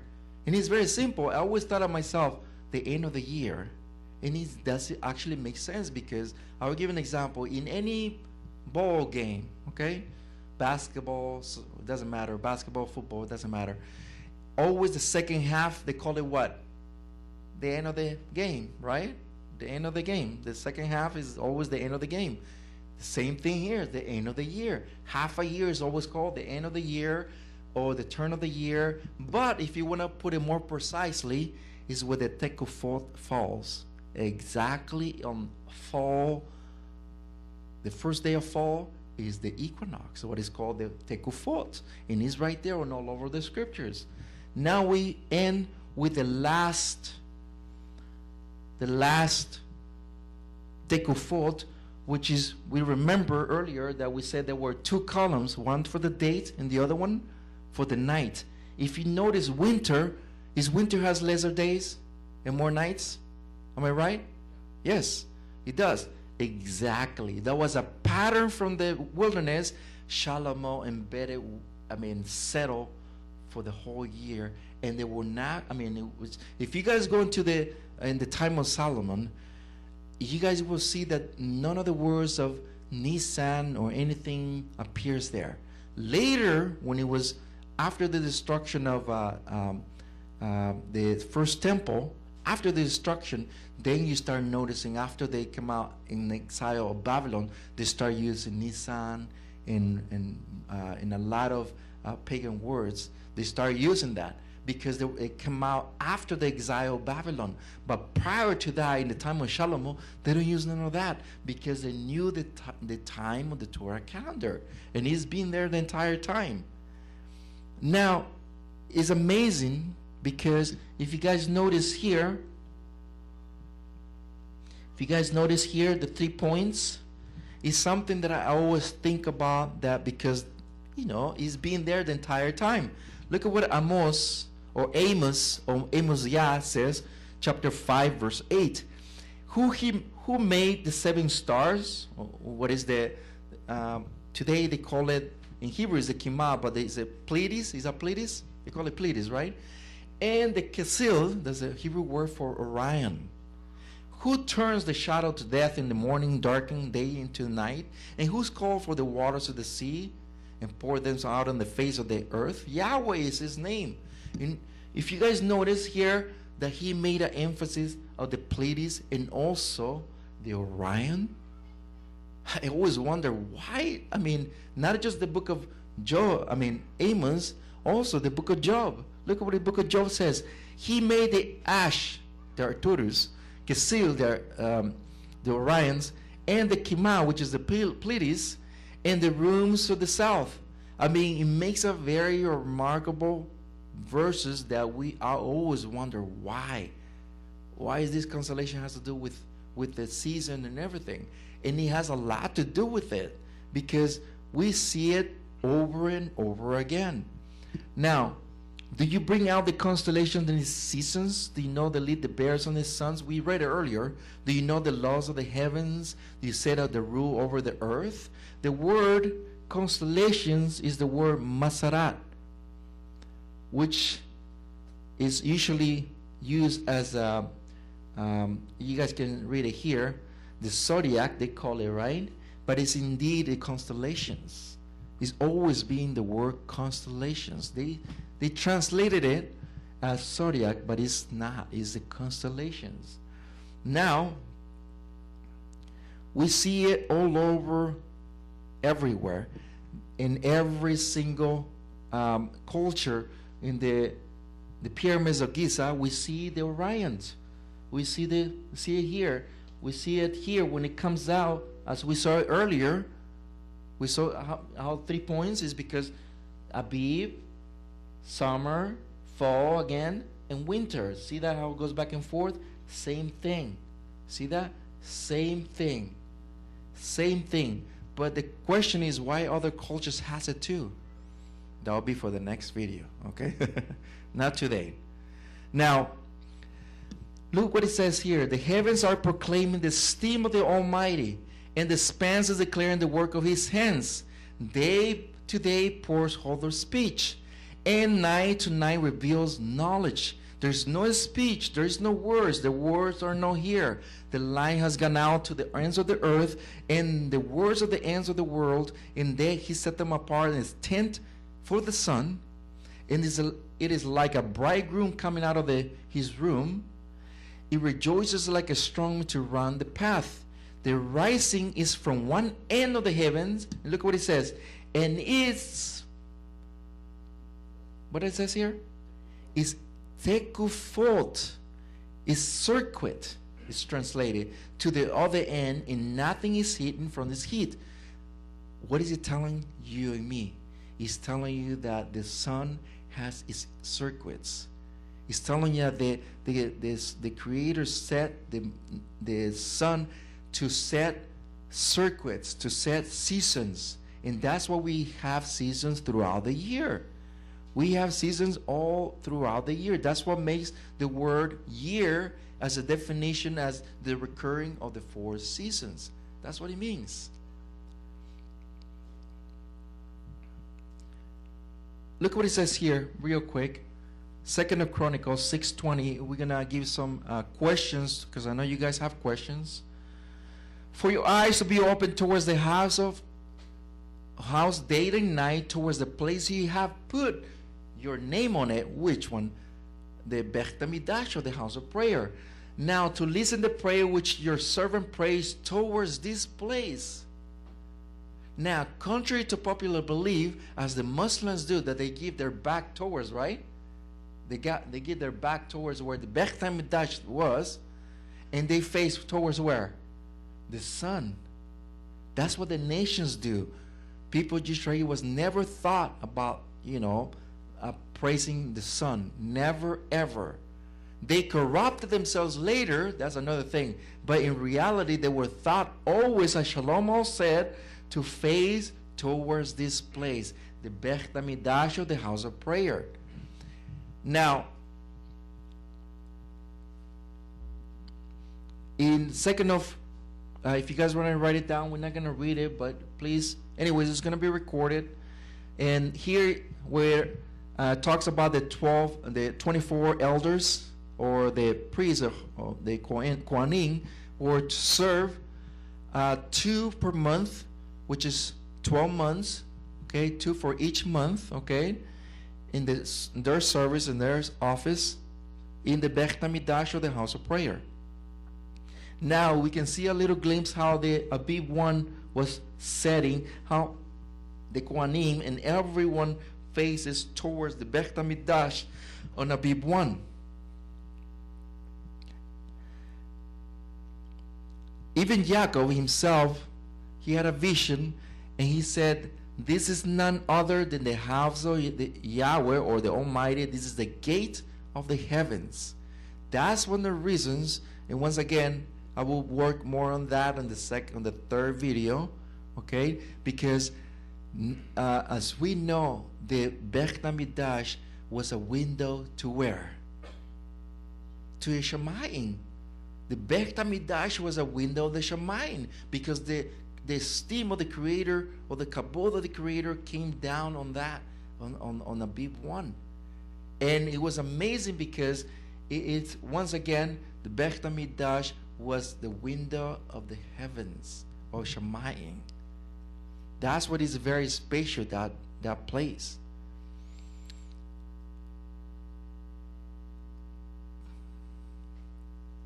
Now, Daniel 6:10, and Daniel, when he knew that his writing was signed, he went home in his upper room with his windows open towards where? The sun?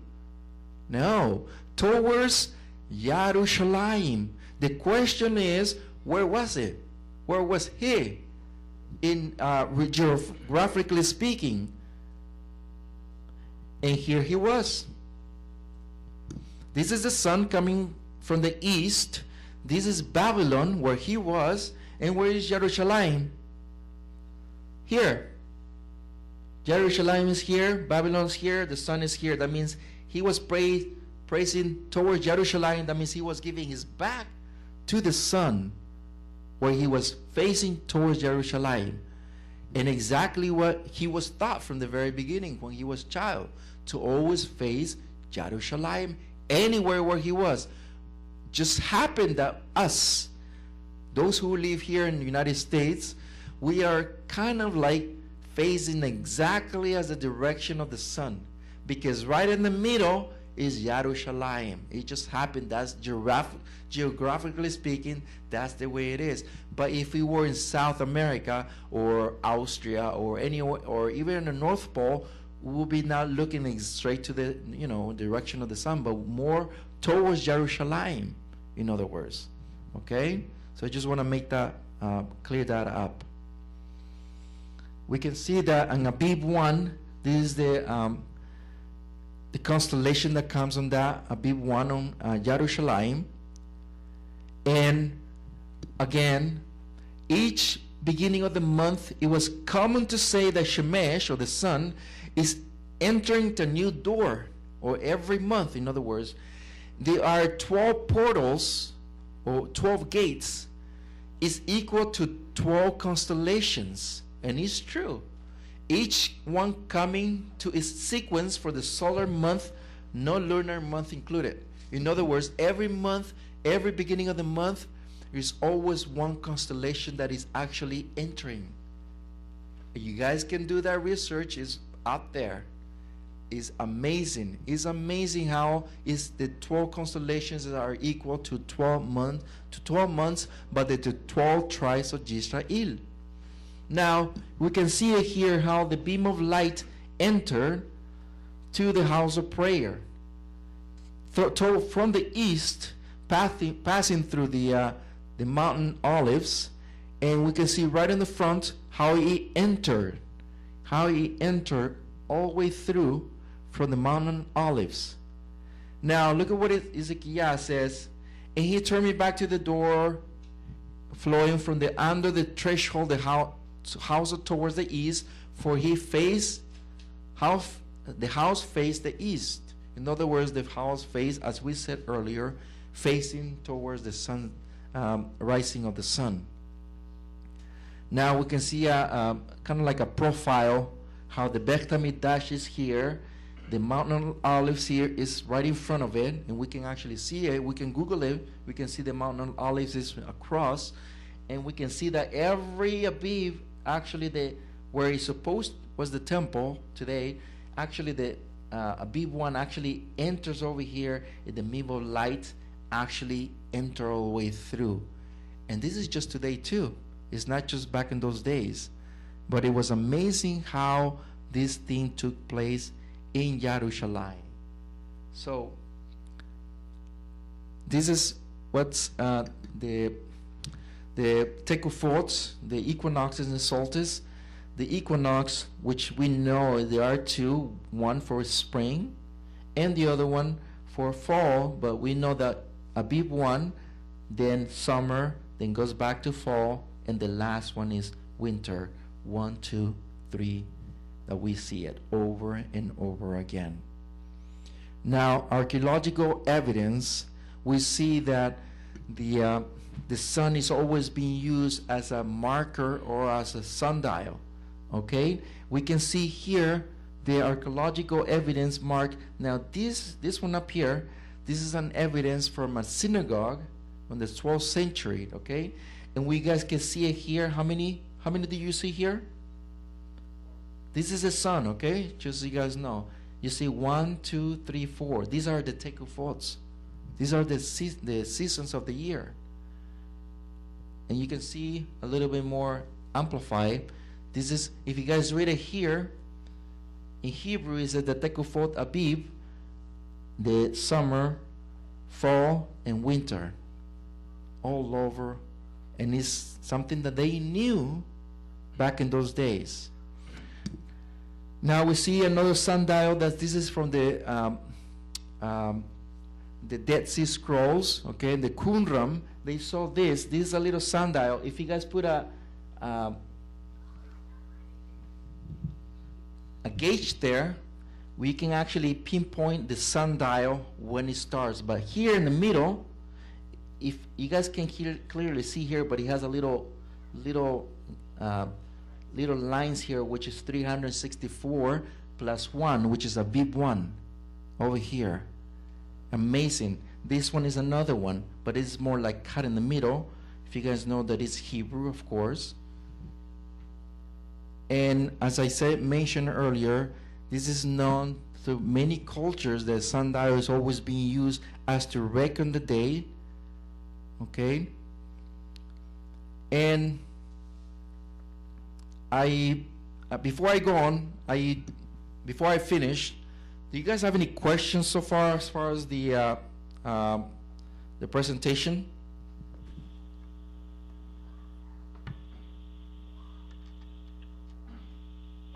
Sakaya?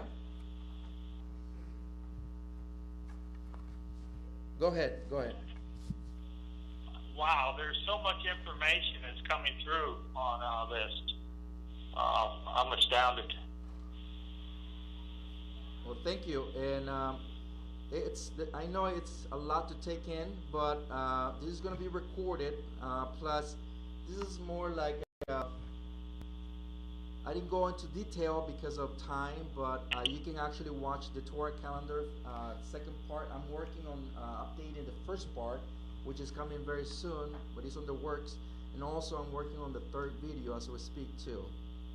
But it's a lot of things that we must question ourselves. I mean, which time are we?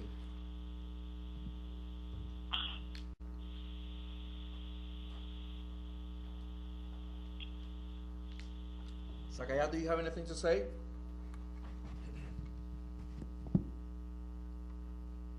Do you have anything to add on? Go ahead, David. I have another comment. The one scripture you can't reference it too accurately, but you were talking about the sun going down in its place. Do you remember the scripture that that I'm referring to? Your question is where the sun is gone down? Is that what it is?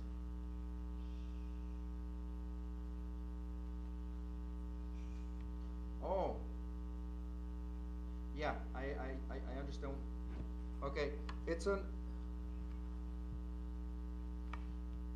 To disprove a planetary Earth revolving around the sun. yeah, you're right, because there's a lot of this theory going on of the flat Earth thing going on there, but I don't want to get much into it because it's pointless, because the Torah doesn't say that. It's as simple as that. Okay. Yeah, but in the Psalms of Tehillim, chapter 19, it talks about the sun has its circuits, has its tekophot, has its well, actually, I don't want to say too much, because here is if you can point out the PowerPoint. I'm going to answer this with this, okay? Okay, give me a second. The brother is pointing at this, so I guess you guys delay on the camera thing, because of the. Can you see it now? Just one second.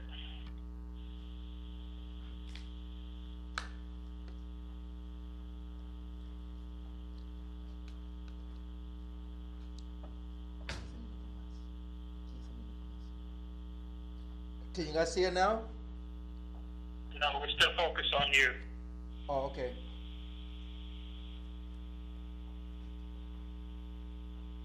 Okay, now we can. All right, so let's read on. In Ezekiel chapter 10, verse 14, it says, "In each one of them had 4 faces. The first face was the face of a cherub, or an angel, or a messenger. The second face was a face of a man. The third was a face of a lion. The fourth was a face of an eagle." Let's read it in Ezekiel 10, verse 19. "And the cherubim, or the angels, or lift up their wings and rose up from the earth before my eyes. And when they went out, the wheels were beside them. And he stood at the door of the east gate."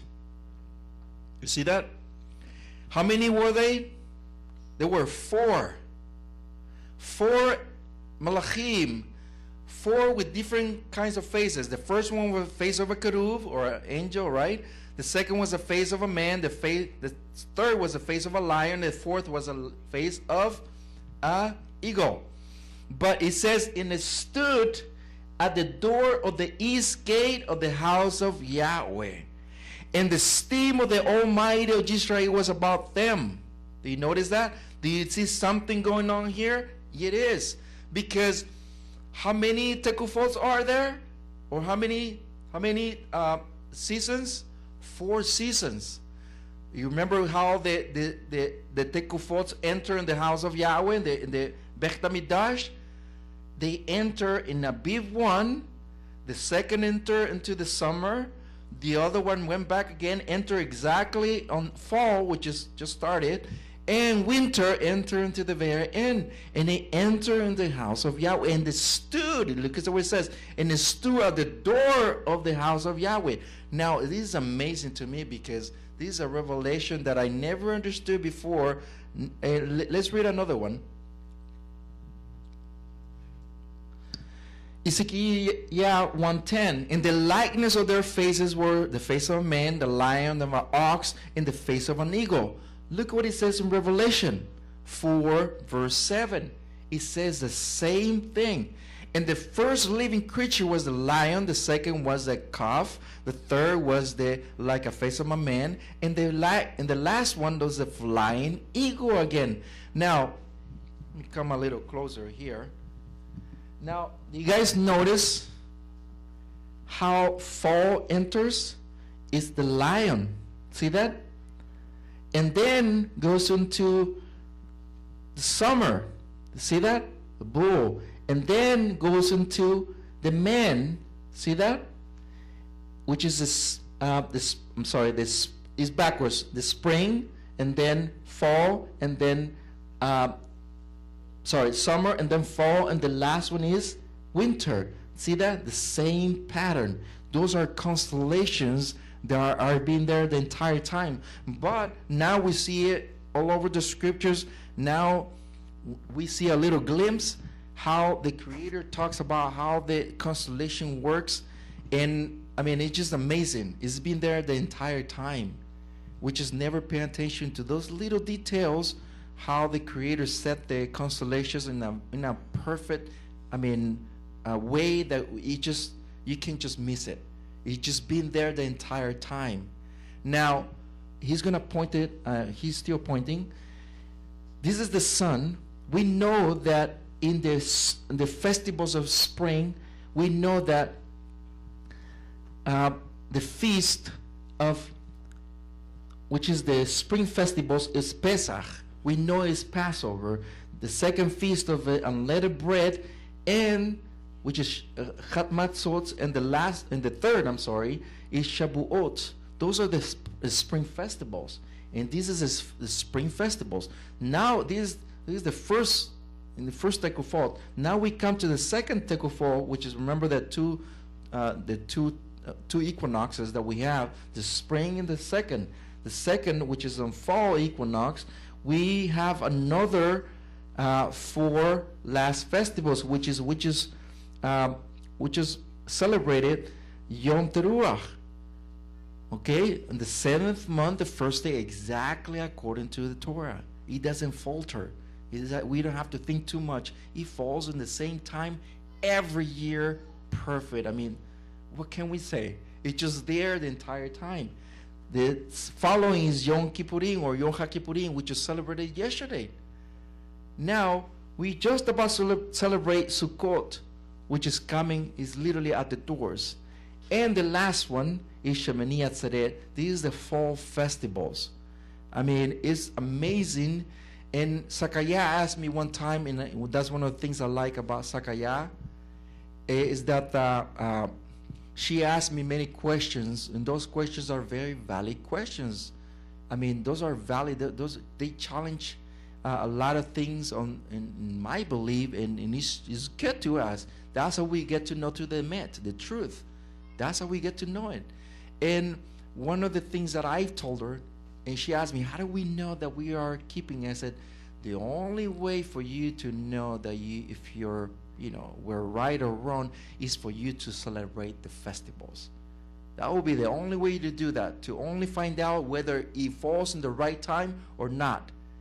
And now that she's observing these set apart days and the fixed time, now she realized, wow, it falls exactly as the Torah says it falls. I'll give you an example. It's just an example to challenge you and to research, and I'm encouraging you, brother, to do the research. When does the popular belief says that Shabuot, or the Feast of the Weeks, or commonly known Pentecost, falls according to what they said? Or in other words, when it's celebrated today? Not according to the Torah, but apparently according to the tradition, when it's celebrated. I'll give you the answer. It's in the 3rd month on the 6th or 9th day. Okay? Is there any proof in the Torah? No proof in the Torah. But according to the Torah, and according to what we follow, which is on the Torah says in Shemot, or Exodus 19, that Yisra'il came in the mountain, in the foot of the mountain, on the 3rd month, okay, of the Exodus, or Abib 1, and it says on the 3rd month, and after 3 days, Yahweh says, on the 3rd day I will give you the Torah. Now, how do we come to know this revelation? I mean, it's been there the entire time. How do we keep it? Exactly the same thing. We keep it this 3rd month on the 3rd day. And it falls on the same thing every year. If you guys look at the calendar we have, it's the same thing every year. The 3rd month on the 3rd day. in the counting of the Omer, on the counting of the Omer, it falls exactly as that. That's one of the ways, one of the proofs that we have that the reckoning of time is exactly as Yahweh said it is, which is fixed. Doesn't falter whatsoever. So, do you guys have any thoughts before we close? I know this is going to be an ongoing presentation, because I know this is not going to end here, because I know there's more questions, but because of time, and we are about to start the other service. But do you guys have any other thought, guys?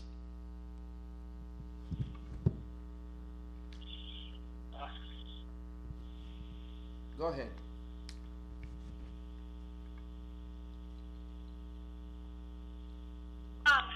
This is Akaya. How would you answer the person that says straight up that the equinoxes and solstices are the actual pagan things and they have nothing to do with the calendar? I mean, this is, of course, speaking a person from following a lunar solar calendar.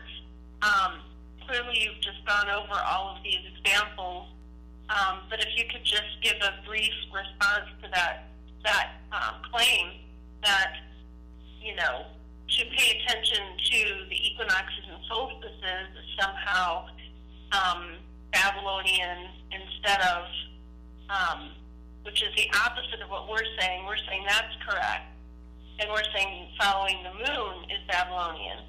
So how would you respond to that? It's a great question. It's a very great question.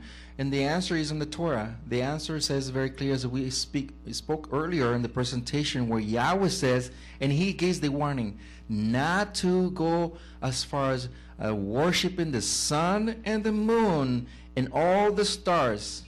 Sorry. I already took off the speaker. When Yahweh says very simple, and he warns the people of Yisra'il, he's actually prophesying to them that not to go astray as far as worshiping the sun and the moon and the stars above and any other image or any creature. I mean, he's telling everything as far as the creation itself. Now, the question you asked right now, how do we know? It's very simple. It's because once again, the creation the Creator has left for us, or Yisra'il, is a tool for us to guide ourselves, and that's it. We don't worship that.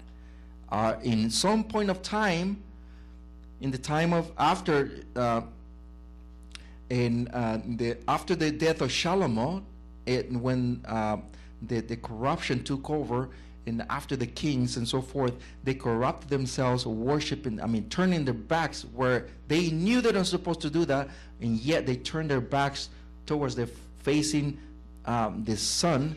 That's where they started their corruption, and going down the hill as far as the Torah calendar.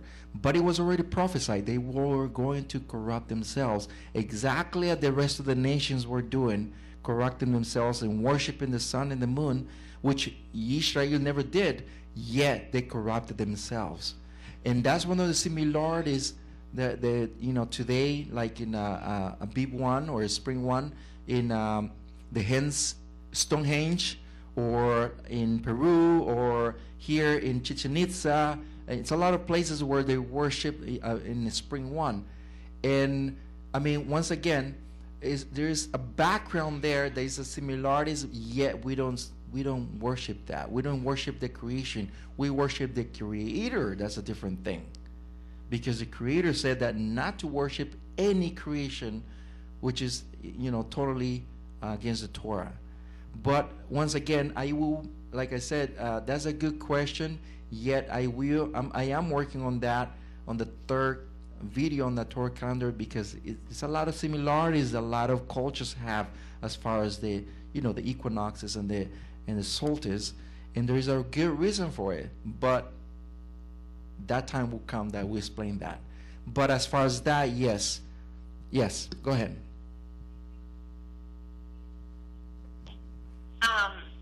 The equinoxes and solstices. But here, this is the comment a person made, and this is verbatim what this person said. Solstices and equinoxes are arbitrary points in the solar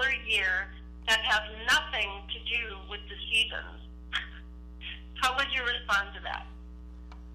Well, and I will answer with this. If that person who asked that question, I will encourage that person to do more research what the word tekufo means. I mean, we only go by whatever we read on the news or whatever we see on the internet or anything that you see on YouTube, but have you done your research? Have you done what the word meaning of the tekufo means? I mean, there's even I did my extra work on deciphering the word tekufo in Hebrew, in Pali Hebrew, which literally opened our minds, because it literally opens that the season, that the sun actually is a marker of the seasons, and it tells you very plainly. So once again, I will encourage that person to go the extra mile to do research. What does it say this in the Pali Hebrew on the Torah? What does it mean? I mean, we'll literally open our minds. But until we don't open our minds to understand, the emet, the truth, then we will continue on that in a way, in an ignorance. But we must. I always encourage people to always do research, always. So anything else, any other question before we end? Thank you, Rapha'Yah. Okay, so I know there are more things to discuss because this is an ongoing presentation, and I know there is questions, and believe me, this is that's why all my fellow brothers who are in the conference call right now, I will encourage you, please watch the video of the Torah calendar second part more than one time, because it's not going to be enough just to watch it one time. And so please write the questions that you have and so forth, so that way we can I will do my part on doing the updating on the first video, which is on the works, and I do have it available, but I don't want to post it because it needs to be updated because of the same level of production. So but I will post it very soon. But if there is anything else to go on, we will close with a prayer. And thank you for your time. Yes, go ahead. Cheryl. Yes, are you intending to post this on YouTube? Because I don't have the video. I've seen some of your programs in Spanish in video, but I can't seem to watch these conferences. Yes, Cheryl. I will post this on YouTube. I will have it available this week, and I will keep you updated with Rapha'Yah as far as this. This recording is going to be posted today, so it will be posted on YouTube and also on Facebook as well. There will be a link to Facebook. Okay. The title will be the teleconference on the Torah calendar. Okay, no problem. Okay, so we will end with a prayer. So I'm going to ask you to join me with a prayer. Okay, let's pray.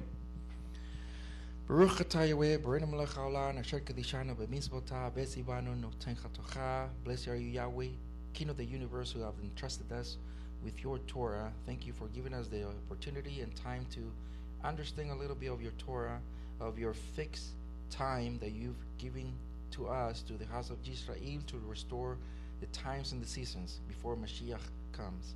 We ask you to once again to empower us with the knowledge of Torah.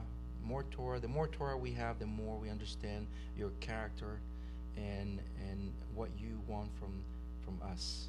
We ask you to give us the knowledge and the strength and the health to prepare ourselves for the Feast of Sukkot, which is at the doors. We ask you to bless our families and our friends and to enlighten us with more understanding on the Torah. We ask all these things in the sacred King of Yisra'il, and especially for Sadiq King Mashiach, Yeshua, Emet. Thank you, guys. Thank you very much. And once again, this is not just the first time that we will have this conference. We will, real quick, just before you guys go, Rapha'Yah and the rest, I want to know about the first day of Sukkot. Are you guys going to be willing to join me for a teleconference? This is going to take place on Wednesday. Yeah. Okay. So this is going to be on Wednesday. This Wednesday is the Sukkot, the first day of Sukkot. We will be here, definitely. That's a must. And we will have... we're not going to talk about the Torah calendar because the theme is Sukkot. So we will have the conference about Sukkot, and this, if it's okay for you guys, at 3 o'clock on Wednesday, another teleconference. Rapha'Yah is going to post this for Wednesday, the first day of Sukkot. Okay? Go. Yeah, 3 o'clock this Wednesday, the first day of Sukkot. Remember, I don't want to sound like a broken record, but remember, these set-apart days, especially the first and the last day, is considered Shabbat. So please, just like today, Shabbat, Wednesday, the first day of Sukkot, is considered the same thing, a Shabbat. So you guys are invited to join me at 3 o'clock. Pacific time, and Rapha'Yah will be posting this soon on Facebook and so forth. Thank you very much for everything, guys, and may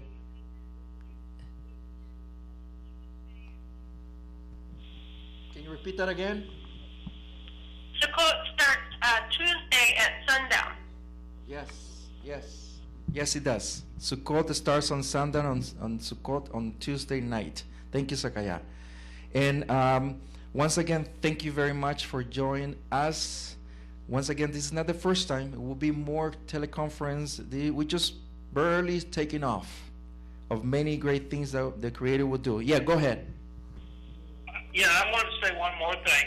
I know that several people are attending these teleconferences. I was wondering, in the interest of fellowship, if people would be willing to come forward with their name. I'll begin by saying my name is David. Yes. Yeah, go ahead. My name is Cheryl. Hi, Hey, Cheryl. Cheryl.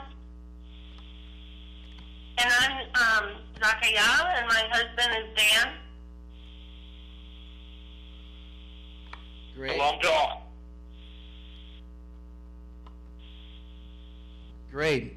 Welcome to all of you who are watching us. I'm really grateful that you guys made that little time for this day, which is considered, as you guys know, Shabbat. And all we want is to learn, what the Creator wants from the house of Yisra'il, which is learn Torah.